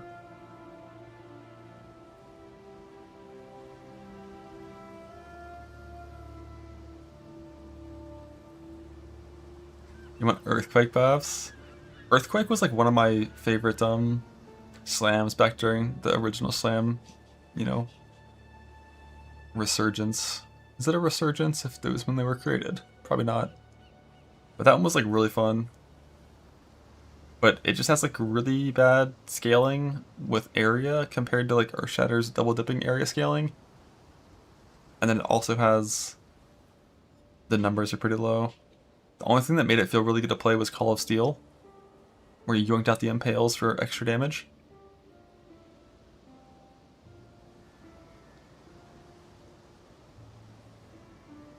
Never stop playing Sunder. Yeah, Sunder's good. Which one is never you stop with Sunder? I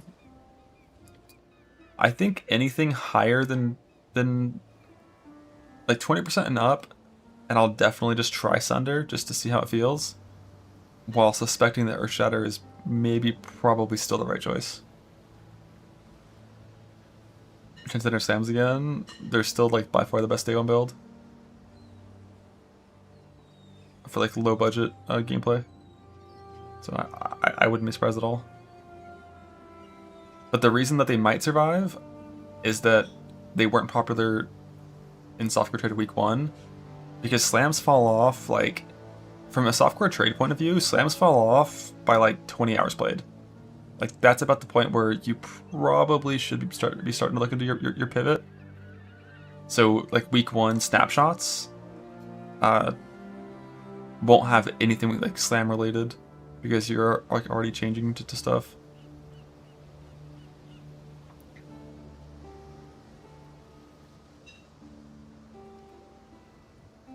Turn left, but down here. There's nothing down here. Maybe crit home 6 around? Yeah, maybe. I doubt it, because that's Mirage.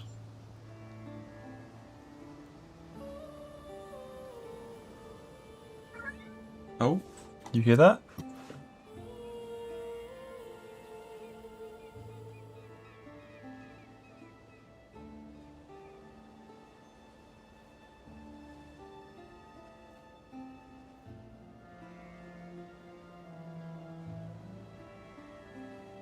Be on cam. He doesn't want to be on cam. He doesn't want that. SMC nerf's not good for in-game. Because early game is a pretty important part of the game, and the same build being like the objectively best day 1 build for 5 leagues straight is not good.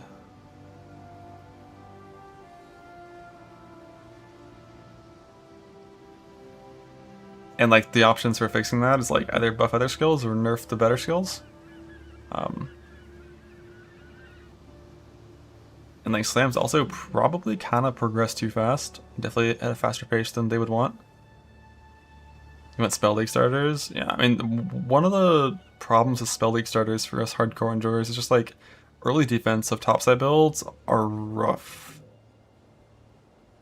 Once you get to the point where you're wearing like a good necrotic armor on like a solid evasion yes setup, you're fine, but before that, it's not easy. Mainly because there's no attack block anywhere up here. Like if there was the equivalent of like As the Mountain, but like right here, it would make it a lot more doable.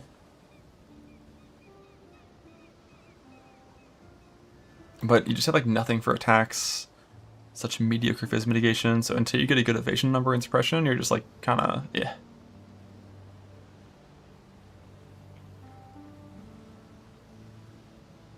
let's get 90% damage buff for good. Yeah, maybe. We'll see. Nerf block. Block is really strong. Wait, what's this?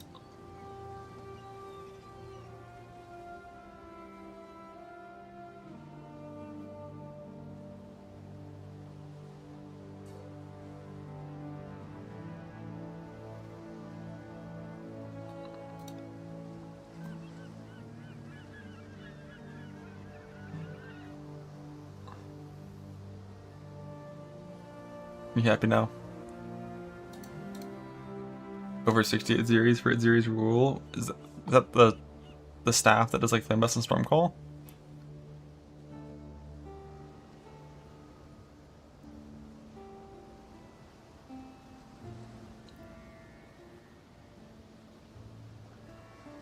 The Spellico staff? Oh, that one. Pledge? I'm now unaware. Let's check the wiki.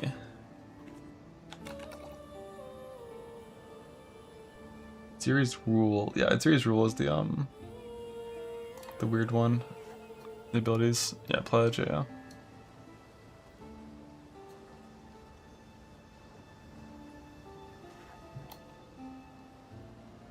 Play some Nunu in League, some full AP Nunu. Some Disco.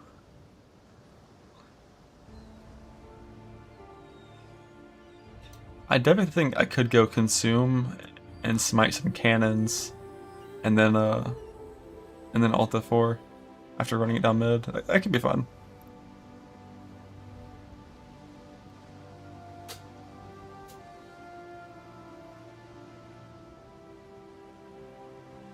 Play 6 Sunfire Kid Evelyn. I don't think it's that classic. Is it season 3? Or season 2? Like what patch even is it? It's season 3? Yeah, it looks like 3 to me, right? It's a mix. Yeah, cause didn't they like add trinkets back and like they made supports real? So they kind of like made a bunch of changes to it, kind of like WoW Classic to make people actually play it. But like giving supports and junglers gold, that's a mistake. That should not have been allowed.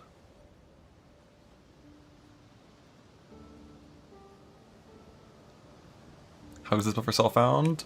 You need the helmet. Basically, like what I did in this league, for my fresh start, was I played a Zerker league start for like 12 hours. Got like my 2 stone, my full Atlas completion, and then I farmed all of my impending doom gear, including all the uniques and stuff, with Breach. And then I made this character about like 12-ish hours into the run with all this shit. But like, you need the helmet. It's pretty important now.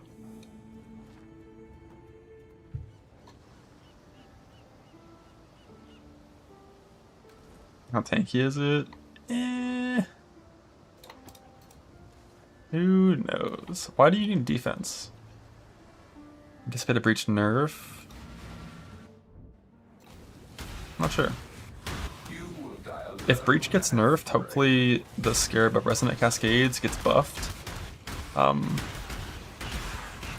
actually be like meaningful.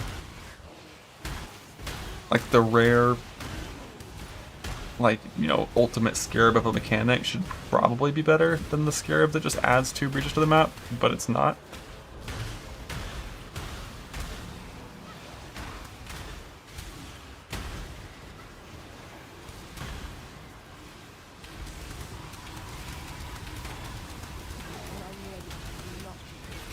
Why do I see Ellie weakness on the boss like constantly? I set up bricked.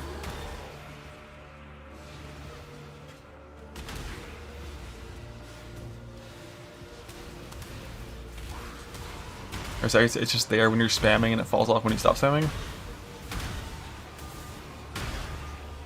It's like right there, it's Temp Chains, Enfeeble, Despair.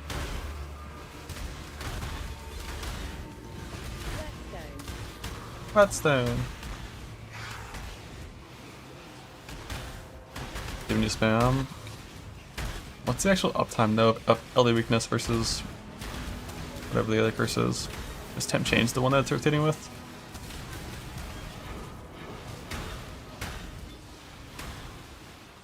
Yeah, this build's fun. It's cool.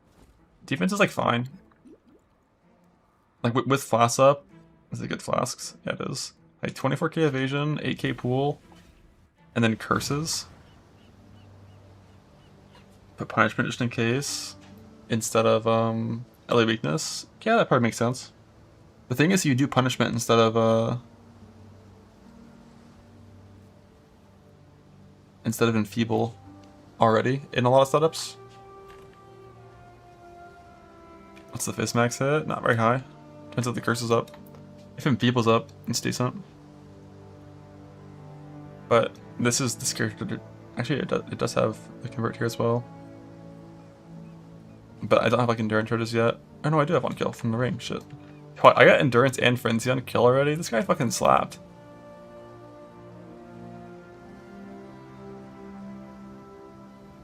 And then you get your, on damage taken Immortal Call.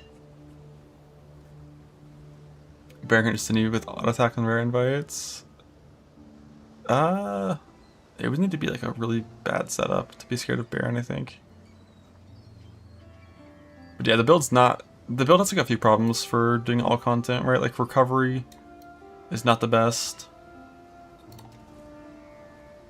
Like fizz max hit is not the best. It's more about like you have a super strong temp chains and your damage is okay. So like don't get hit by the bosses. Like you really shouldn't be getting hit by many things in like base game speed when they're temp changed.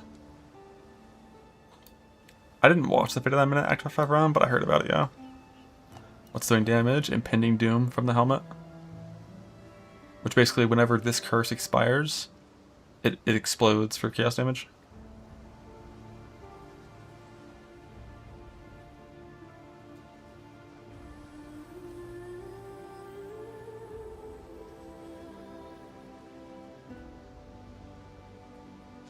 Yeah, I guess it's called a Greater Spell Cascade now, not Awakened.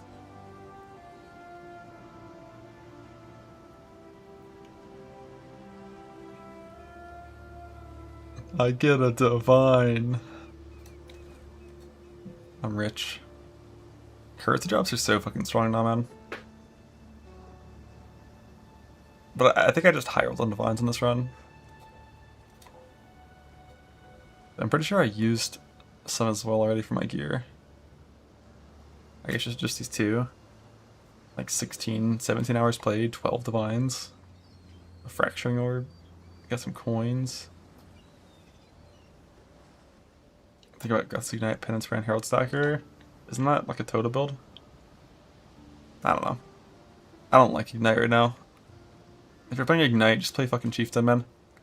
Just load up some RF. With Chieftain Pops. That's home.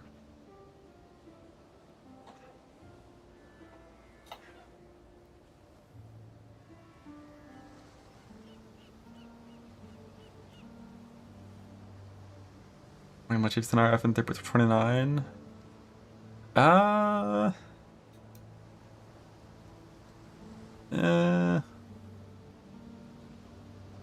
Probably not. Guess we started to swap into this. Currently in the patch right now, it's Zerker or Shatter is the best league starter to swap into this. Because you only play your first character for about 12 hours.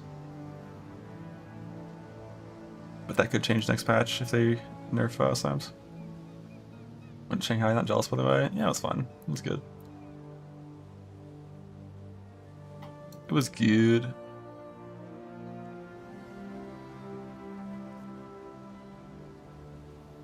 When's the new league start? 9 days from now? I think. On the 24th. I had like probably 1. What if I'll go RF and protest? RF's good.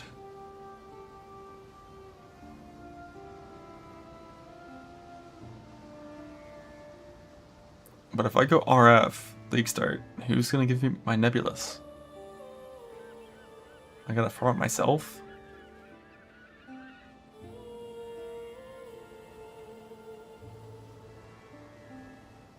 Exile? I heard he's playing in a GSF. Is that the next Path of Exile 1 league? He's playing in a random Ascendancy GSF?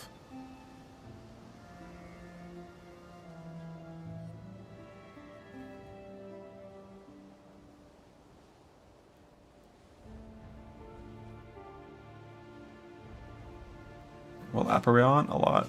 Excellent save and Hardcore Trade. Yeah. Hardcore Trade can take an L this league.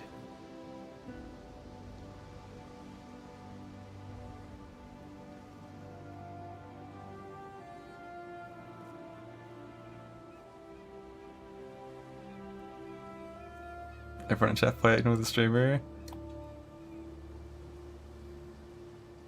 Does it take an L every league? No. It was decent in Mirage.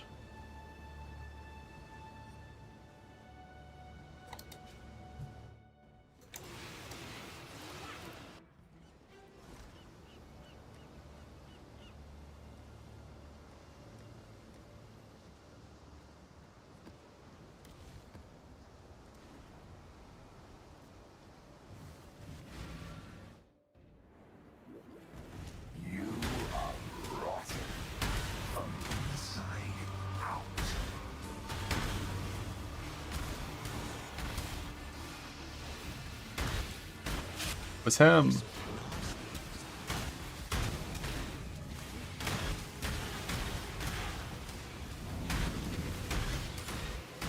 Face breakers, just kidding. Ondars. Return to your barren world. Do I already have Flash and still too? What the hell? How do I have so much in this run? Proof against the storm.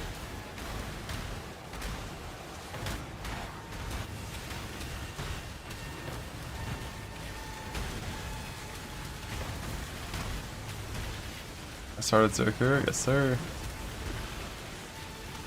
I feel like even on like just full Zerker League starts where I don't respec 12 hours in, I don't have this much this fast. Enemy. Winning and stealing orbs? I just clicked them and got lucky. What the dreamer?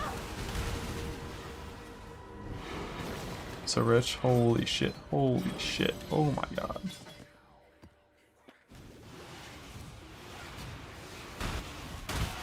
Good to press flame dash. Well, it's good to press everything in this game.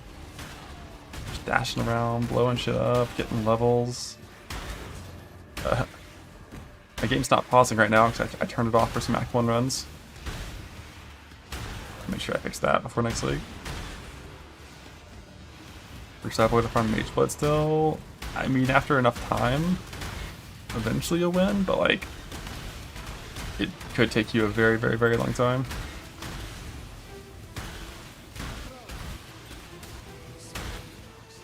The most reliable way currently is the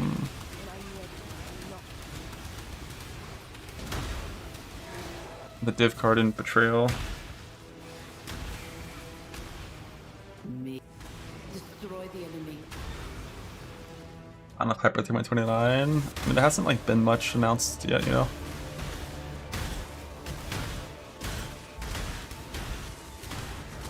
Rasta interferes. Destroy her pod. Vicious? No, it's It That Fled has a div card for Mage Blood. The button engineer with no notes. I wouldn't be surprised. That one is nerfed by a good bit. On research, not just from killing them. Just kill them like 300 times. Or 500 times or some shit.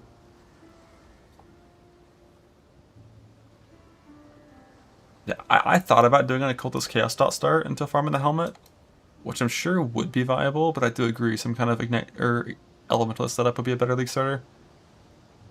Like Ignite Reaper, Fizz dot or something. Until you get the helmet from Breach. The thing is you need helmet and gloves. I forgot how many I have of each. Where would I put extra? So I've got 3 helmets, I think only 1 pair of gloves so far. But like neither of the uniques in the current patch are very rare, so like you probably would have both before you're even entering red maps if you like fast rushed Breach and heavily focused on ancients.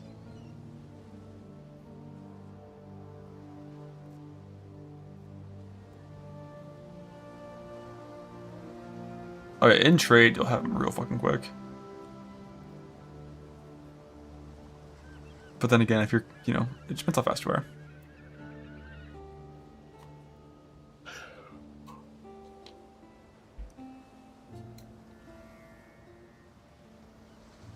But in trade, you probably just target the helmet first. And then, hopefully you can buy the gloves from some random person just dropping them, because they're low level unique. For like 5C or something. Because I don't think this build's like super popular.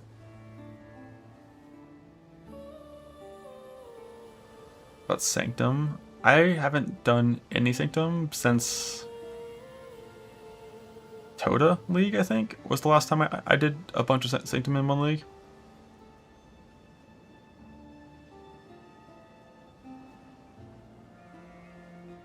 But I'm pretty sure Fracturing Orbs are there. They're an option. Because yeah, literally one is Sanctum now. Yeah, I have no desire to ever enter Sanctum. Like I did like probably a couple hundred of them, heavily focused around the leagues when they came out, you know, Total League and Sanctum League itself. And I'm good. I am good.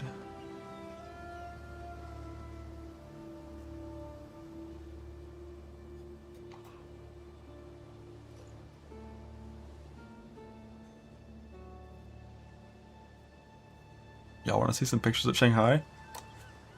I got them all in a nice folder, nice and organized.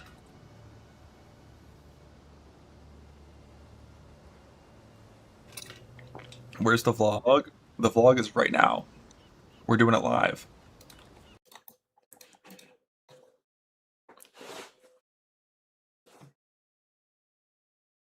So quiet all of a sudden, what happened? State mandated vlog. Look at that. Look how organized. It's so sick. I got like 180, I think, pictures and videos of my time in Shanghai. And a little bit of stories to go along with said pictures. As much as I can remember, you know. Starting with always the classic airplane food. Fucking delicious. This is actually pretty good. Had like some screwdrivers with this. A nice opener into an immediate miserable remainder of my 9 hours of my flight. I hate planes. I don't know, man. Like, I don't know what it is. I just don't like flying anywhere. It's kind of the worst thing ever. My 2-hour flight, like layover from Shanghai to Korea was fine. But like, I can't do it. I can't sleep on planes. For this one, I was already like 20 hours awake. It was rough. Why does the bread deposit get to container? I don't know. It was good. It was fine. So flying into Shanghai, I left from Seattle, right from the West Coast, which kind of means I was just following the sunset the entire flight, which was kind of neat. Coming into Shanghai, it turned like the phone doesn't pick it up super well, but it was like this like dark, like orange on the edge. And I don't know if I'm like just uncultured, but I've been on like a lot of planes around America. I haven't flown over the ocean very much.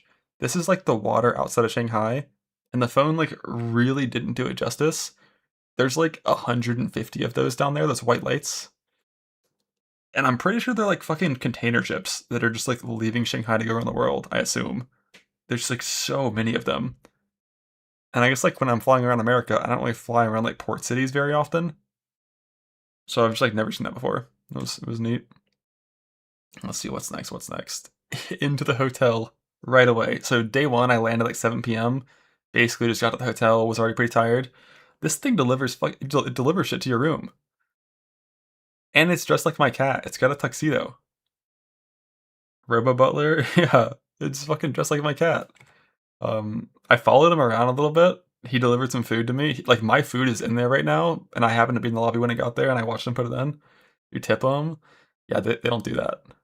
They don't do that. It's a casual thing for China. I've never seen this before, but I haven't been in any like nice hotels in a while. But that was pretty cool. It just pulls up to your room, and then just you get like a phone call, and then it waits there for you. You hit open and take your shit. It's pretty cool. Pretty cool. This is a really bad picture of my door. I don't know why this is in my photo reel, but it's here, so I kept it. And then right after this, my plan when I first got here was like, I got some food delivered to me. I was really tired. I was gonna go to sleep.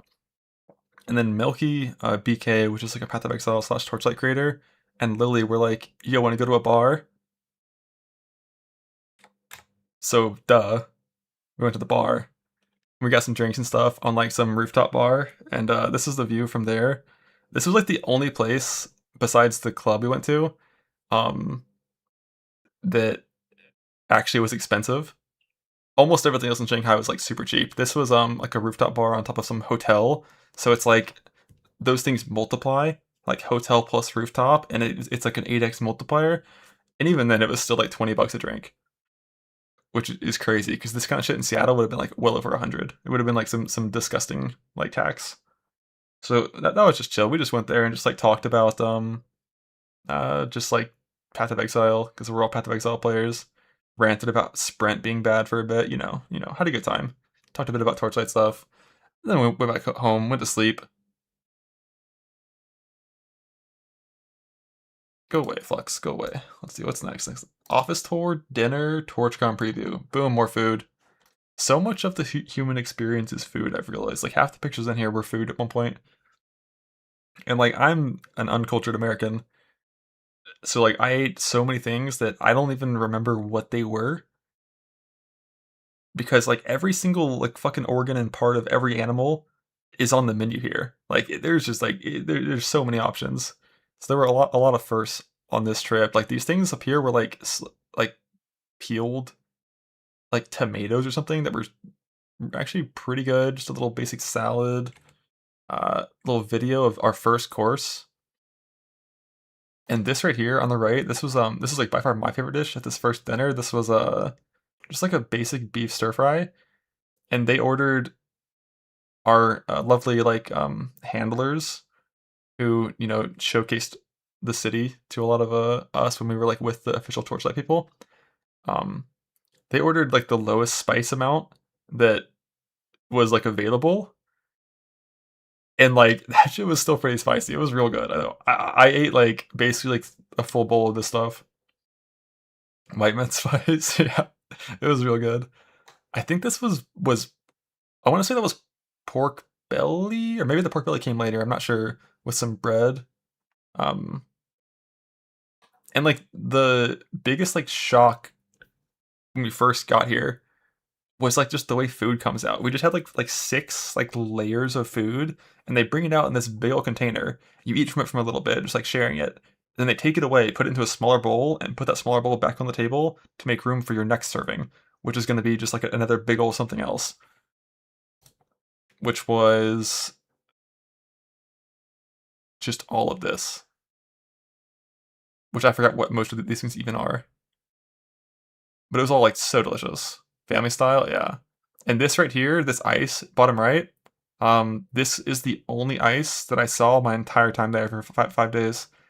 Did I know how to do chopsticks before? No. And for this very first meal, it was a fucking struggle.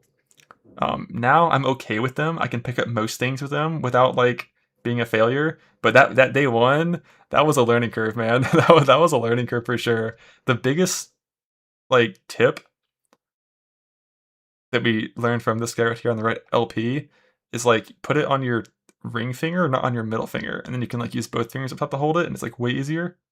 But try like for the longest time, for like all of day one, I was using like thumb and middle finger, and then only using like index, and that was doomed. I don't even know how I tried that. It was awful. But this is like when we first pull up to the Torchlight studio, which has all kinds of art like all over it like this. I forgot what we were here for on day one. I know like no, I'm not in this picture, but thank you, brother. Thank you.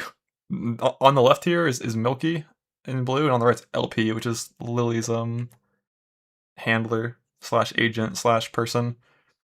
And one thing that's like super common, these huge open lobbies are really, really, really common.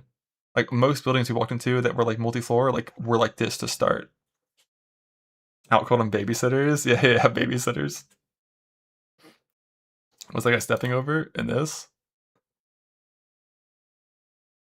Or in the first one. I'm not sure. Handler's crazy. That's just what it feels like. You're kind of just getting pulled around. Oh, I don't know what he's stepping over. Bro, Milky, what are you stepping over? There's nothing there. It's like a small little ledge, I think. I think he stubbed his foot on this when he was first walking in, and then he's like, "Yo, watch that," because there's like a small little bump right here. It's like 2 inches. More pictures of the old office, and then the most important picture of the entire tour: office cat. Look how fucking cute it is. Like the ears, they like fold over. So this was the broadcast room, and there's like a couple gamer chairs, and there's a couple real chairs, right? Almost all the chairs were like pretty chill amounts of cat hair. You can see up on this one, there's not that many. This chair right here is just covered in it. Like this is his chair. No one else sits here. And he was a sweet little baby, a sweet little nice kitty. So I had to come here to like get my stream set up, make sure everything was gonna work when I was there. And then after that, they gave us like a full tour of the office, which I didn't really take that many pictures of, just because like I didn't want to like record people when they were like literally working like right in their face. So I just took like a couple pictures like from the from the sides. So, we have some faces in here, but trying to be a little respectful, just because I know I wouldn't want that to happen to me. I don't like cameras, so. But this was like one of their offices, and they have like a bunch of different people working on different games in this place. It's not only Torchlight, right? But there was like, I don't know, a couple hundred people in here. Classic. I'm going to assume everything up there. It looks Coke-like, but I'm just gonna, for my headcanon, assume it's all energy drinks. And then we fled. We fled from the old like office right after that first thing. Back to the hotel. Here's some pictures or like one video from the hotel. Shanghai has like constant like skyscraper construction just happening, and one was like right next to our building. It's just such an insane city. Like one folder in my stuff is just like a bunch of videos of driving through Shanghai, just in like all the Ubers, and like it's just crazy. I've never seen anything like it. Mega city. I actually said that to LP.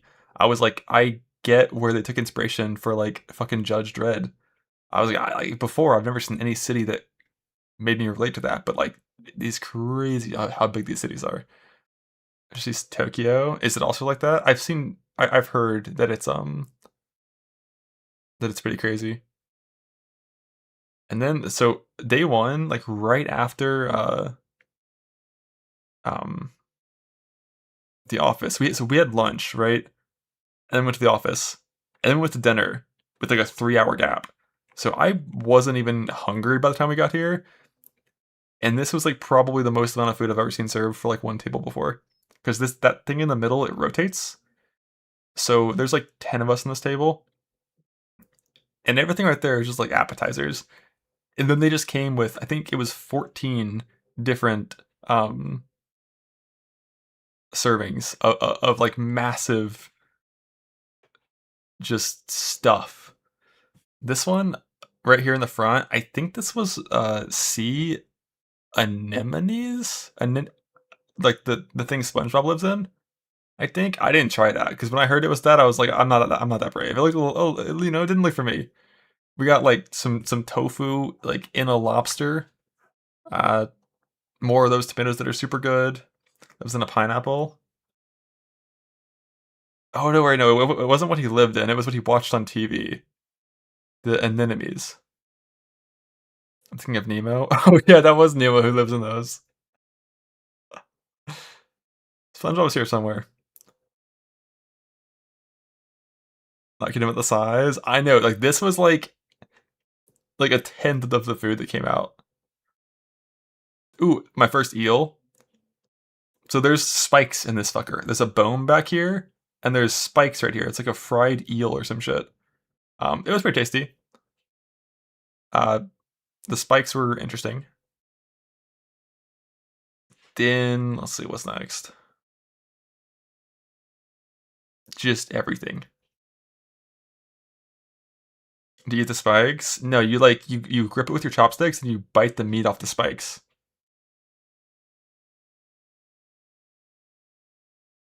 At least that's what I went for. Like ribs. Is that duck? I think this one in front is duck.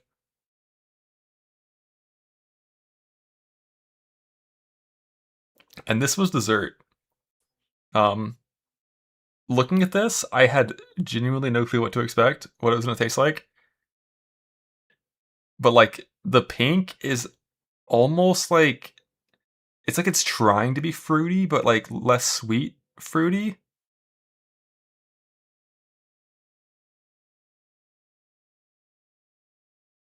But it was okay. It was solid. I had like two. Sweet and sour sauce. It kind of looks like that. It's not. I don't know what the balls were made of, but like they were just like a little chewy, you know. So, it was good. It was a solid dessert. I'm not gonna try to pronounce that. And then I think we went to yeah. So right after that dinner, I think we went to TorchCon for the night before. Um, just to like kind of see the facility beforehand and like look at that shit, dude. Like Shanghai was so sick. There's really like 5 minutes on my phone of just like driving through the city, and it's like the buildings are all designed to be aesthetic. It's like they at least for a lot of them. And then sometimes you'll just have like these stealth buildings that have no lights on them, and at night you almost can't even see them. And that's what this was for my eyes. Like that building that looks pretty lit up on my phone camera. The camera's cheating. It's like how when you take a picture of the stars, your phone sees a bunch of shit that you can't see. Like from my eyes, that building was like a shadow building. But the camera can see it pretty well, which is rude. First look into TorchCon from the outside, like during its setup process. Just a little view picture. Going in, like this is just like the front lobby, and just like that their office lobby, like the very first room, just always like just huge. How is that room looking at you? Don't look at the reflections. Don't do it. But I think here there's like one cosplayer you see there sitting in the front row. This whole area right here was the cosplayer area, where if you wanted, you can get pictures with them. And they filled up that entire wall with pictures of people that like took pictures with the cosplay people by the end of the event. What's this? Where are we? Oh, this is the little activity area. They basically took 4 Torchlight League mechanics and they turned them into real life um like games. It was pretty neat. I didn't know anything about what was gonna be here. Like my brief before going there was like, yeah, you wanna go to Shanghai and like do a vlog and then play the game when it comes out? And I was like, sure. Yeah, why not? That sounds cool. I'll do that. And then we got there. That's me. Then someone said some shit. We got there comes a smile. One of the other rooms they set up. We're just like rolling dice to move forward. The game rules. But yeah, it was good because we got there and we got to this room, right? The game room. And then one of the guys that works for Torchlight. I forgot what his official role was. I think he was like related to production though. Um, he was just talking to me in like pretty like very understandable English. But like it was fine. I understood everything he was saying, and he was speaking to me in a way that was like implied that I knew what he was talking about. It's like he was speaking with clarifying context, like about something that I had no knowledge of.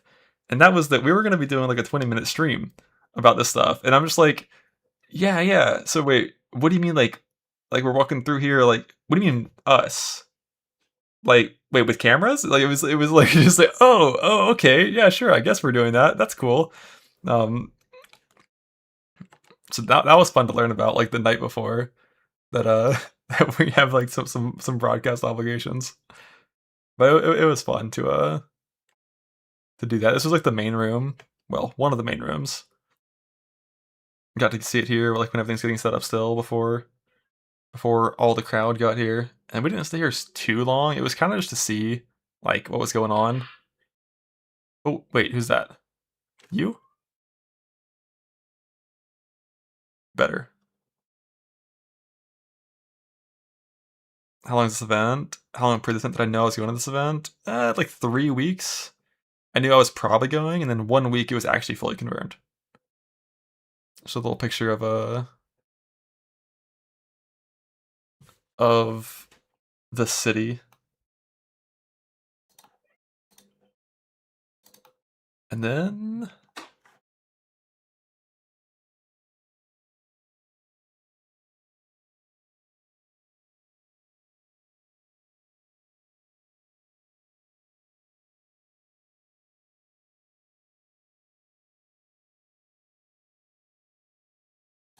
alright, part 3.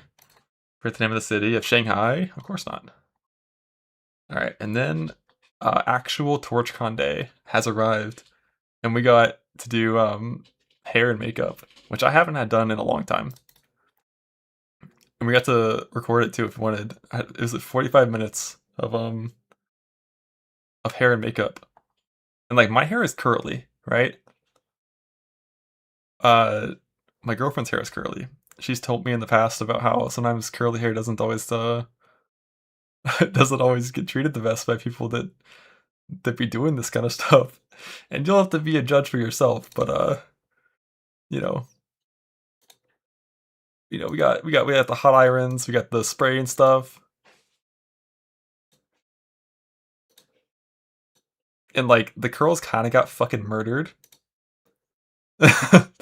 they got taken from me. Like, it's okay, right? We got like some before and after pictures. Like that morning, the curls are fine. Right after, it's okay. They uncurled me, I know. It was good. It was the actual TorchCon, like, with all the people. It's a different kind of messy. Yeah. Like, every day after the shower, it's it's just like a coin flip on, like, how the curls are gonna land. And, like, some days it's good, some it's not, but some messiness is ideal. So this was TorchCon, now actually in the light. They got, like, this full building thing on here. That's Milky. Look at him prepared with his actual, like, phone stand to capture his phone. Going into TorchCon, getting our stuff. That's me with my hair straightened, kind of. The people actually here now. So like this TorchCon, it was like, from my understanding, for people that, well, for everyone here, it was like invite only basically. It's only like 300 or so people were able to come. It's not like the biggest convention center, and some people that came were just like players. Like we spent some time talking to a couple of players that just filled out a survey and got invited to come to TorchCon, like all expenses paid, and just like hang out. So that was cool. Cool of them. When this first got put up, I just took a picture of it because I didn't know what it was. Anyone that's not me probably knew that just like food was going to go here. And it did later. What a surprise. This is like the first time I went into the activity room, like once it was actually fully set up, like for TorchCon. And they had like, all this like lore and stuff. And like, I've only ever played Torchlight Infinite. Like, I don't, I'm not like a big lore guy. But we got to like wander through here. Activity. Yeah, they just called it activity room. There's probably like a better word to use for that, but that's what we're sticking with.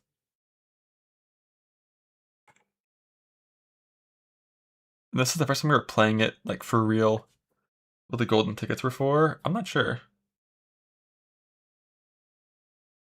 But we had like, we had our little satchels of like flame elementium, which for people that aren't familiar with Torchlight is like the chaos, let's just call it like the chaos orb. It's like the primary trade currency used for some crafting.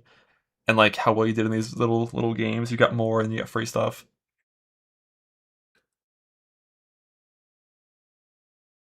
This is like a 3-minute video, I think, of Lily playing. And this box, there's 7 balls in that box total. So like if you want, when you're trying to get like a certain ball, like you kind of can know where they are, where the ones that you want are.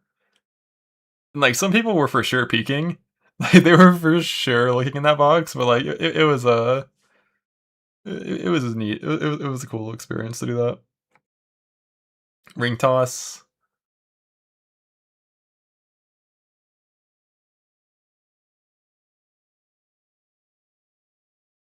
Is she 6'4"? No, she's I think she's like an inch taller than me. No sound. Oh, that's intentional. Milky. We all got pictures in this chair.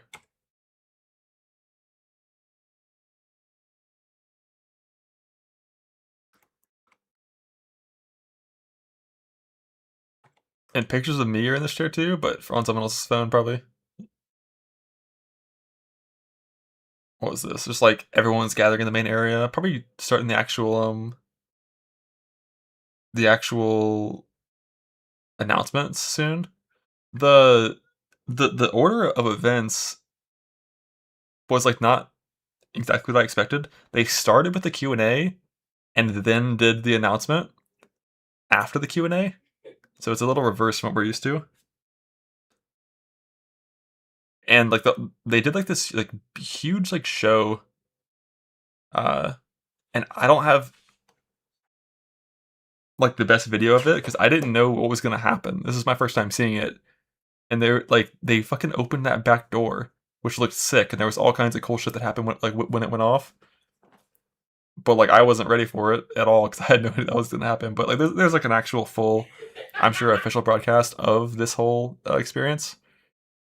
The back door, guys. Let's walking through it. Like the back door opens into this giant, extra, bigger area where like everyone moved into and sat afterwards. And then they had like a show. We can get some sound off of this. You know, very cinematic way to announce like a new league mechanic with lore and stuff.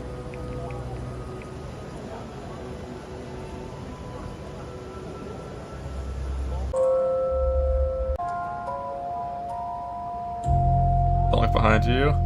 And don't worry, I was in the back right corner here, so like no one's behind me getting, you know, blocked off by my rude phone. Well positioned.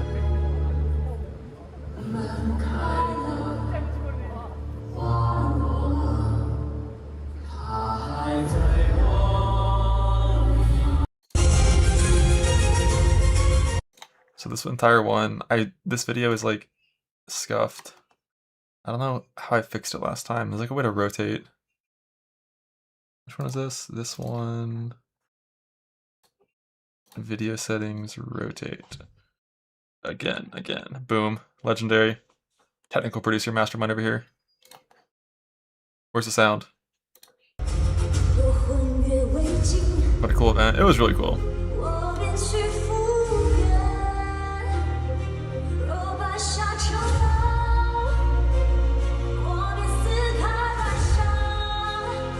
Translate. So we actually had real-time translation headsets on. They did not work for this part. It was only for like the Q&A portion with the devs talking.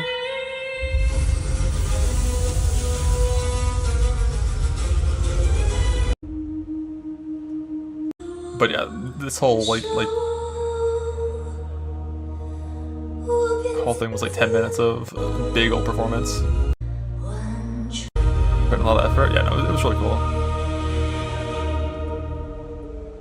And then right after this, we went to back to the third floor, which is like a behind the scenes floor, which is actually this floor, and did like a little Q&A that some of you might have seen with Binu and one guy from Torchlight and Chobra who was translating. And that was the end of the actual TorchCon event itself. Got some pictures.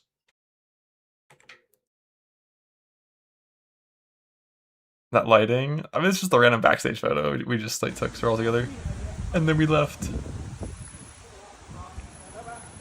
Bye bye. On the way out.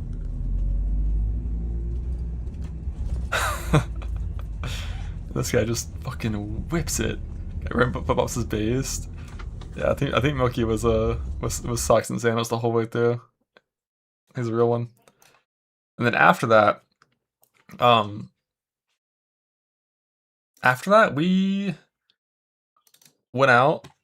Me, Milky, LP, and Matt, who is a Matt is a game journalist. LP is Lily's manager slash agent person, and Milky is another Twitch streamer.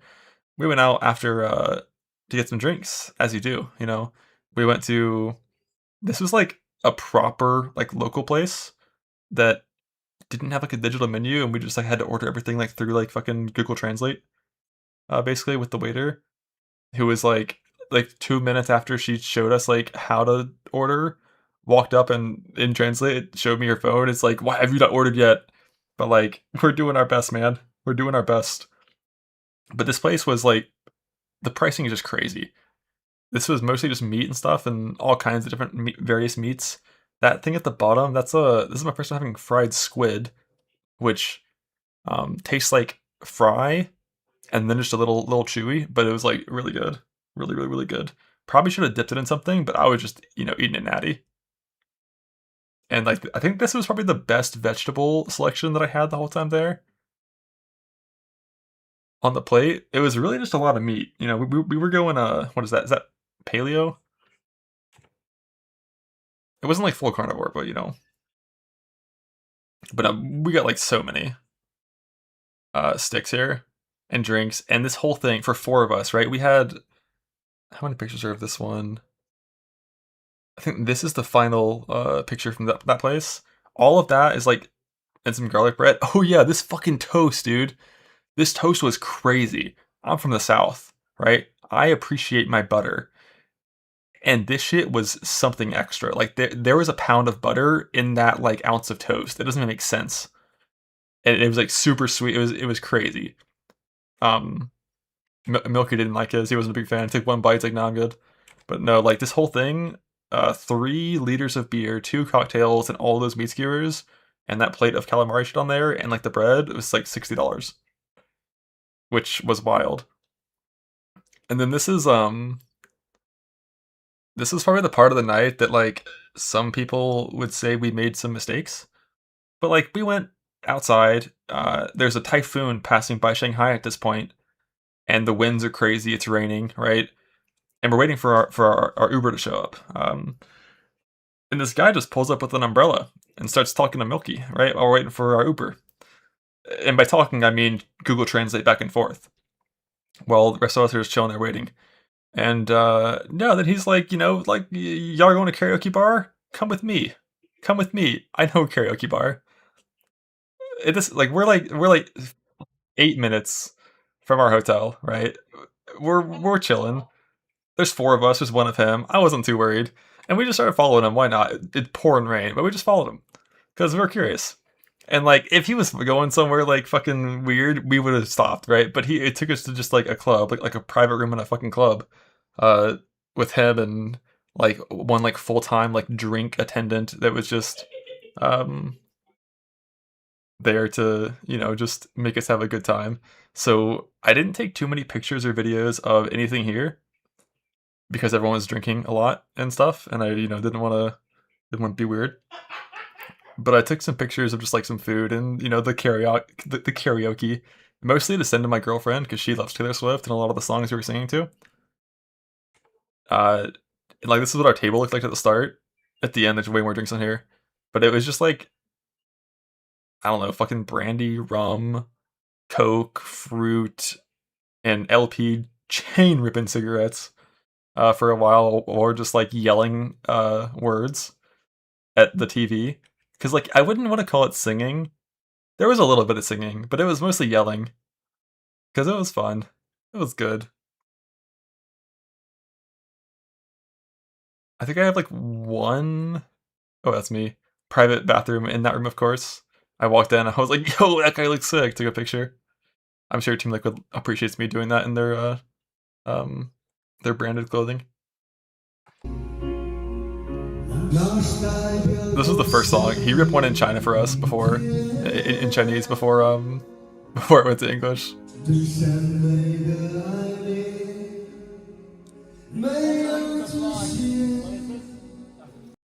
And then everything was fine up to that point. Then we started playing poker, but not for money. And not with any rules that made sense, right? Basically, here's how it worked. If you were the last loser, you drank 16 mixed shots. And that was it. That was the only rule. Don't be the last loser.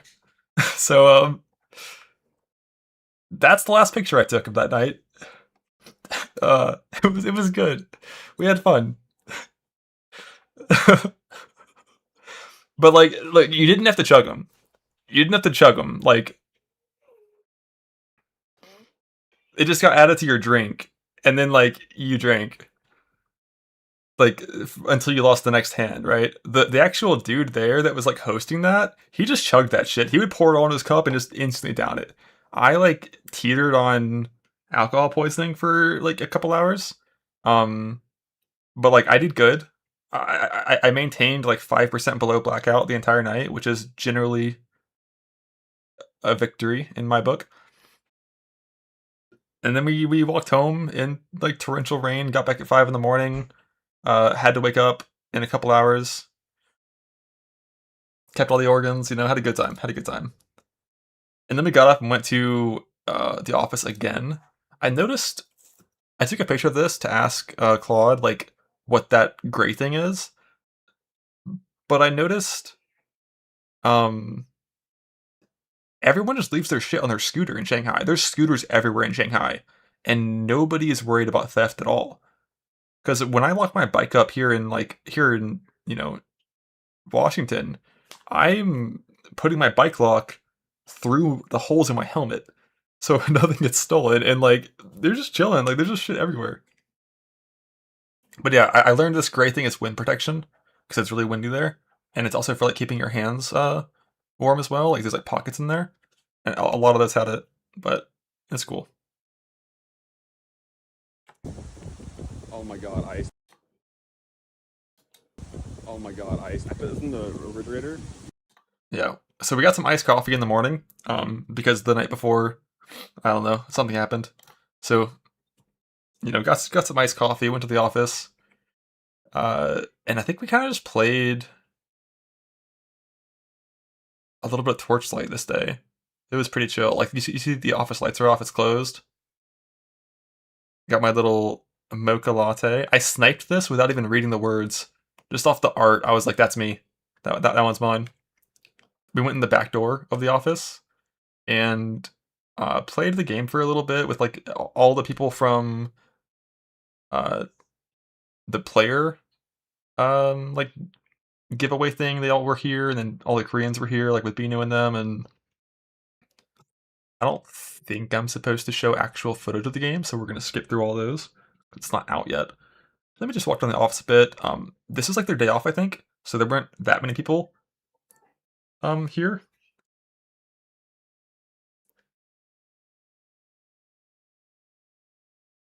Got a little preview of the office fridge. And only one thing here matters. The peanut butter. Crunchy, as always. They know. They know. Oh yeah, the next 22 pictures are all the cat. But I have a surprise for you. Oh, he's so cute.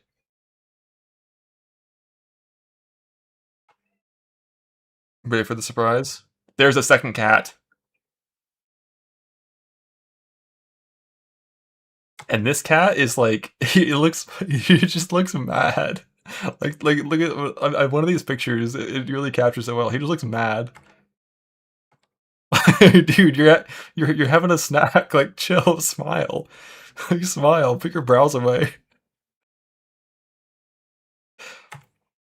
Oh, look at that tongue.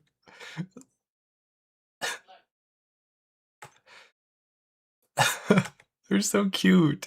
They got their little like jungle gym triple floor desk here with holes in the floor and stuff. Them to climb through. Loafing. Loafing.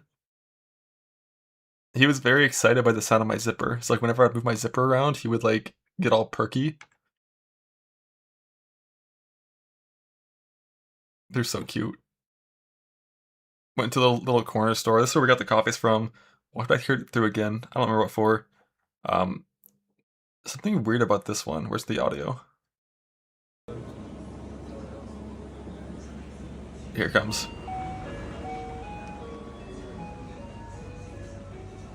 So that plays every single time the door opens. All day.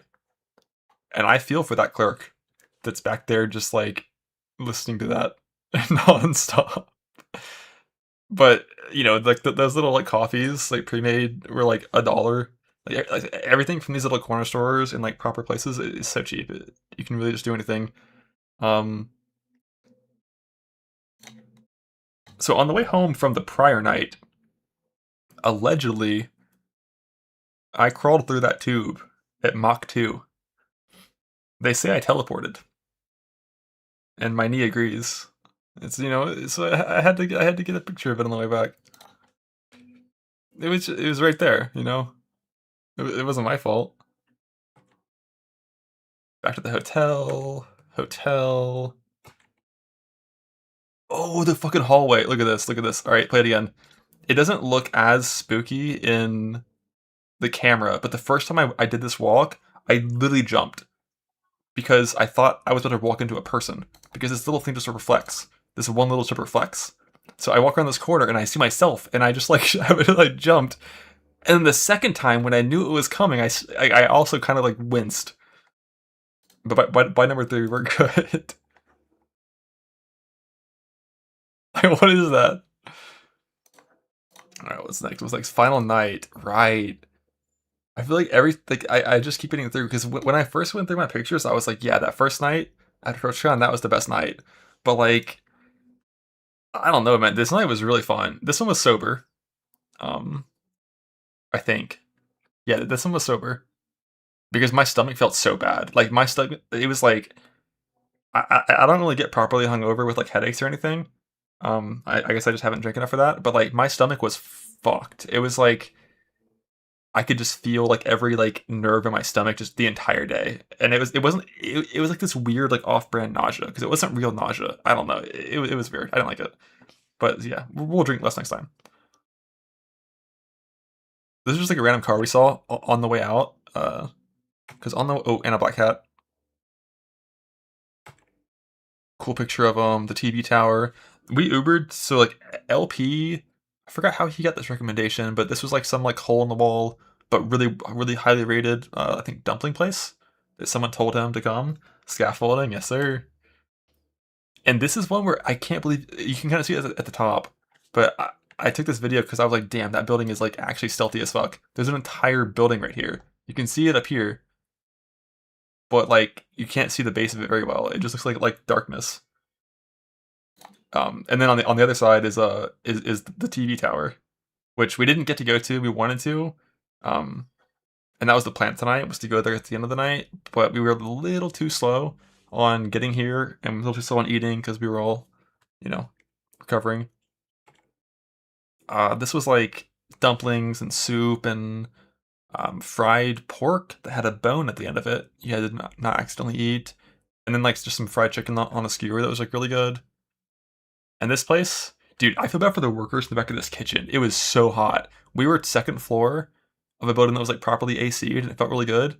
And right behind the left over here is like the kitchen door. And every time it opened, it's like, I swear, like steam was coming out as they came out with the food. It was like 110 degrees in there. Like they were working.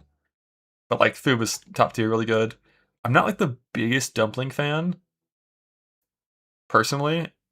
I just like have a hard time the first like 3 seconds of like the texture when you throw one of these in your mouth. But as soon as you bite into it and like the fucking juices come out and the meat comes out, then it's really good. But those first 3 seconds, like I struggle. But I still ate a few. I think most of this is just like we're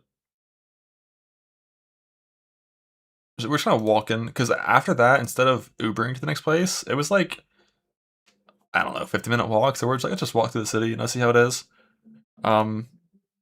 Just heading to what I don't know if I should call it touristy. It just felt like the place to be when we got there. And you'll see what I mean by that as we get closer and everything is super lit up. just wandering closer to the tower, wandering, and then we come out of this like alley, and it's just like instant, like 100 people, or like 1,000 people. I don't know why there's a play button there. Go away. But we're basically like right by the water that cuts Shanghai, I think, in half. And I don't think I actually recorded any of, yeah, that looks so cool. I love that. The cloud just flowing over the skyscraper. Looks sick. But I don't think any of my videos had, nice recording, guy. Why is it vertical? Had the loudspeakers. But the entire time we're here, there's, going over the loudspeaker, it's saying, because there's a typhoon coming into Shanghai, or like past it, like right now, and it's saying, like, first something in Chinese, and then it says like, warning, due to the typhoon approaching the area, winds are like expected to pick up. Please evacuate immediately for your own safety. No one gave a fuck. No one was leaving. But like that was just like constantly playing repeatedly in the background. And it was really windy. Is it warm there? So it was about 85 to 90 degrees most of the days, and like 70% humidity, and then also really windy. That was like most of the weather there. It was definitely a bit sweaty. It was definitely it was 2 showers every single day. But you know, it is what it is. Bro, why is it upside down? Which one is this? 2240.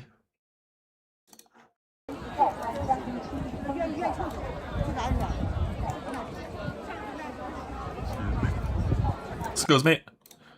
And this was closer to the water. So packed. I'm glad to use the camera. I'm trying. And the whole time out here, this one's like really low quality too. I don't know what happened with this one. The whole time we're out there on the water, every 3 feet is some guy holding an iPad, where he took like a really good picture of like someone and their partner, or just someone alone with that backdrop, and they're like, you know, you want picture? You want picture? Like every 3 feet there's someone like trying to get, you know, those nice framed proper pictures for you. But like we were kind of in a little bit of a hurry coming through here, because we wanted to go up the tower. We didn't get to, because we got here a little too late. We got here at like 8:50 or something, and we thought the last thing going up was at 9:30. But by the time we got to the ticket booth, they were like, "Nah, too late, bud." And the ticket booth, like, that's across a river. I don't know if you noticed that. It's across a river. I think a little bit south, there's like a train crossing, and there's not like a people crossing for a while. So they have this, what are we on? Little picture. They have this like underwater tram called the Shanghai Sightseeing Tunnel, I think. Which I genuinely, going down here, I don't know what to expect. I thought we were just gonna walk like through a tunnel under the water. I didn't realize it was like a tram instantly. So we're just like kind of going down, exploring this little cool place. Very touristy, very tourist priced as well.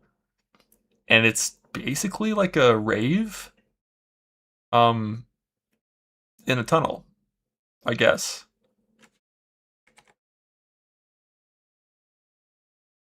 So it's just like a bunch of like flashing lights and like just random stuff, like race train. It's not very fast. It's not very fast. Like you could jog faster than this for sure. But yeah, like you're just like going through this tunnel with all these like lights and stuff going off. Last $20. I think it was like, I I think it was about $42 for all 3 of us to go across and back, because you get the return trip as well.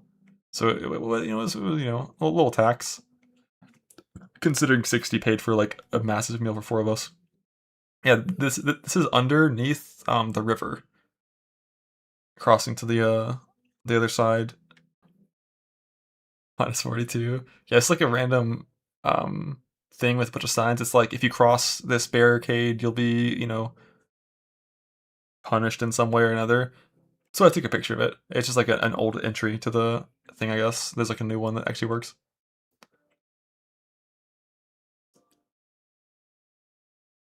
This is the other side. which is like there's way less people on this side compared to the other side of the water. But I don't think we walked back up to the actual water itself. We just kind of wandered for a little bit. Like we didn't have much of a plan, uh, because the plan was to go up the TV tower and then go home. But then when we couldn't do that, we were like, let's just go see what's over there. And we just walked around, took some pictures. It was a super chill night. This was the lowest temperature there was the whole time we were there. I think because of like the typhoon winds, and it was probably 80 by this point, and still pretty humid. But like the breeze was like almost cool because I think we're by the water, so the water like made the like wind become colder or some shit. I don't know, fucking thermodynamics. Uh, Randomly found a Disney superstore. Like, didn't expect that. We walked around the corner. Um, Had to go inside. I think Milky's a big Disney guy. Just everything Disney. And this, dude, no drinks allowed inside. So they have a security guard just chilling there by the door and a drink table. So you just plop your drink down and then go in and then come back out and get your drink. And it works. We got some what did we get? It was like some mango lemonade slushy thing. No shot. Yeah, dude. Just wandering. But this night was super cool. Like the city is just like so beautiful. I saw this pit and it instantly reminded me of TwitchCon, where that one person broke their ass. So didn't go in there.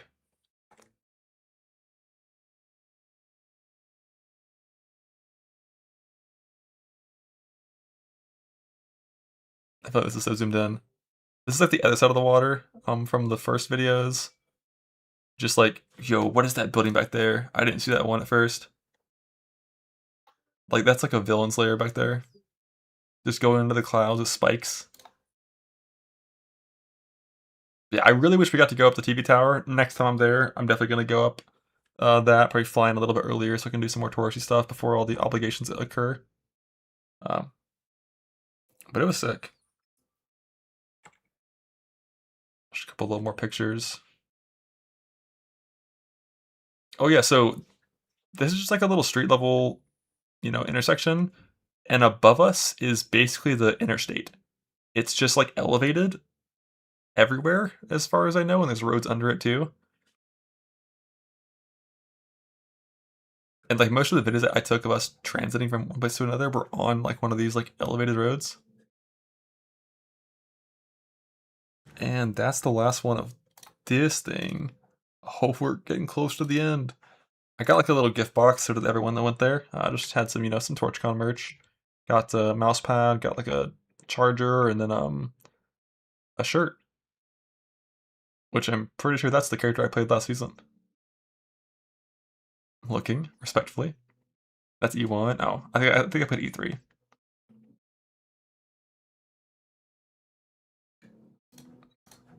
The final folder, travel photos. There were like way more of these at first. Bro, look at that. There were like way more of these. I played E193. Oh, ha.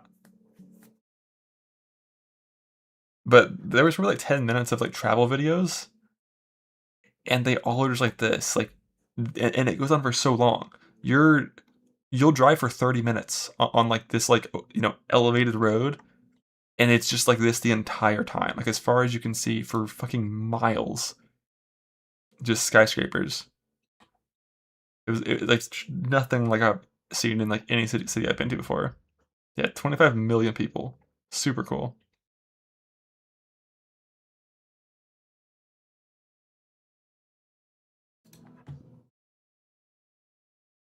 And then some more at night. No, it's not gonna load. The city looks so insane at night. How was the traffic? Hectic.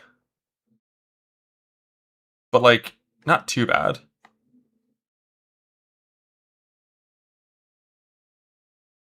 How's the air quality? Totally fine when I was there. But like, God, the city at night it's so beautiful.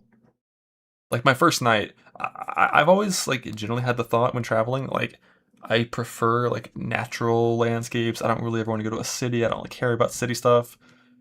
And then I came here and like it was I'm kind of changing my mind on that, and now I want to go see more cities like that around the world. Like Tokyo's for sure on the list and stuff. Just a random picture of just the night. Yeah, this is just in my hotel room. Uh, a fire escape hood. I thought that was neat. Never seen one of those before. Oh, the only fork that you'll see in the entire trip, the hotel breakfast.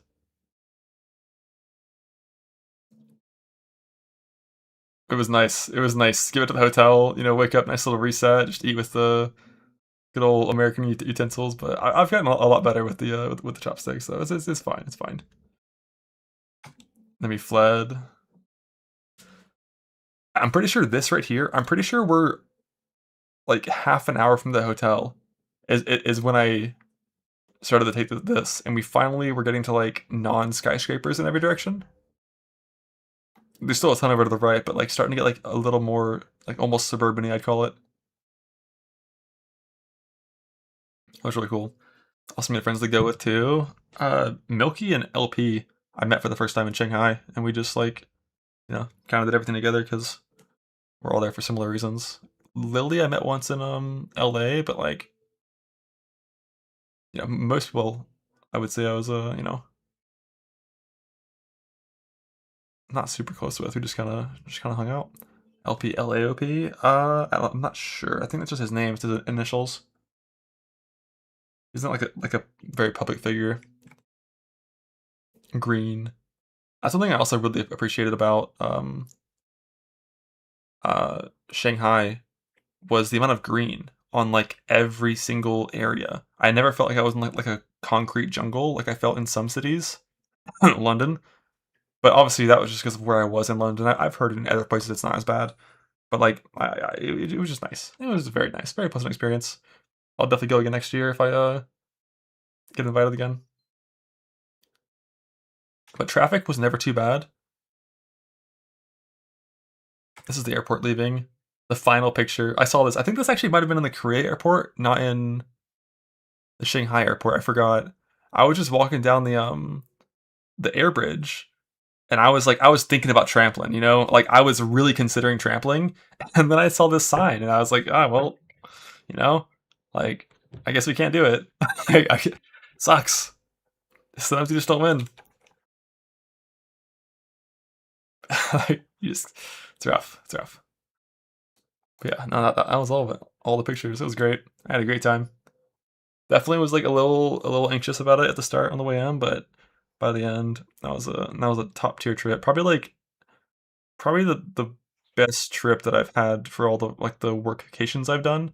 Because like with World of Warcraft stuff, I've traveled to like dozens of cities and a couple different continents, and they've all been a lot more like work related or work entrenched. I don't even know. Like I was playing 12 working hours a day, but here it's like I had like 4 to 6 hours a day of stuff I had to do, and so much time to explore and like great people to do it with. So it was good. It was fun.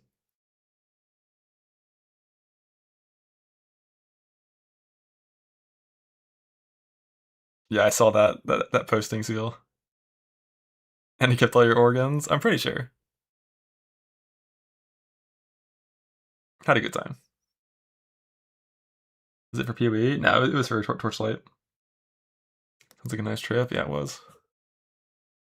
Lost half. Hey, those things grow back. You can lose half. It's fine.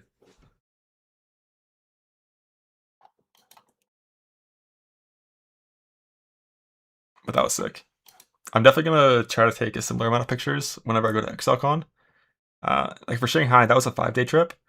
ExileCon is gonna be, I think it's gonna be like 10. I don't remember the exact days of that stuff because we talked about that like a while ago. But Auckland is boring as shit.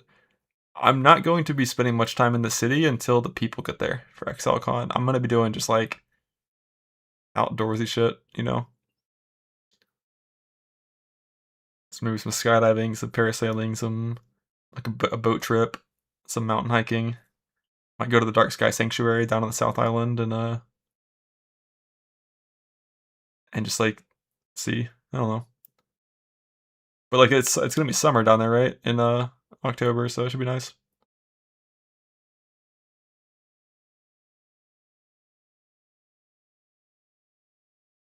But for how like unplanned the Shanghai stuff was, like we were just like every single day, like let's just go do something.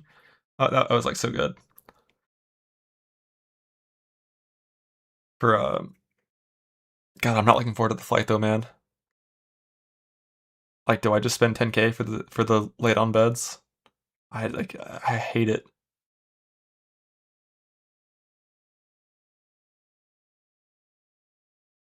Yes, we'll see.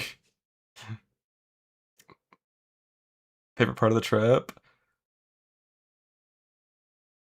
I mean, it had to be one of the two nights. Like, either like just chilling in like the club with the boys, doing karaoke and shit, or walking around the Bund. One of the two for sure.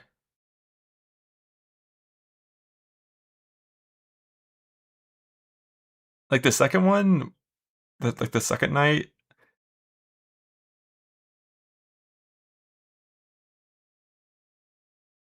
I don't know. Both were awesome. Both were awesome, but one involved like copious amounts of alcohol. So how can you really compare? They were all special.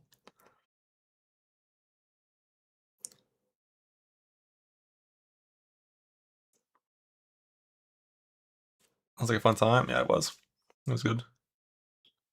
It was good. All right, time for me to dip. Tomorrow, Path of Exile 1 announcement into. I'm gonna have like 3 hours to plan what I'm gonna play in Torchlight because that starts at 7 p.m. I think. So we'll see. And I'm probably gonna stream for like 30 hours tomorrow. We'll see. Should be good. You don't know anything? Me neither. Even's still good. I want to do something different, I think.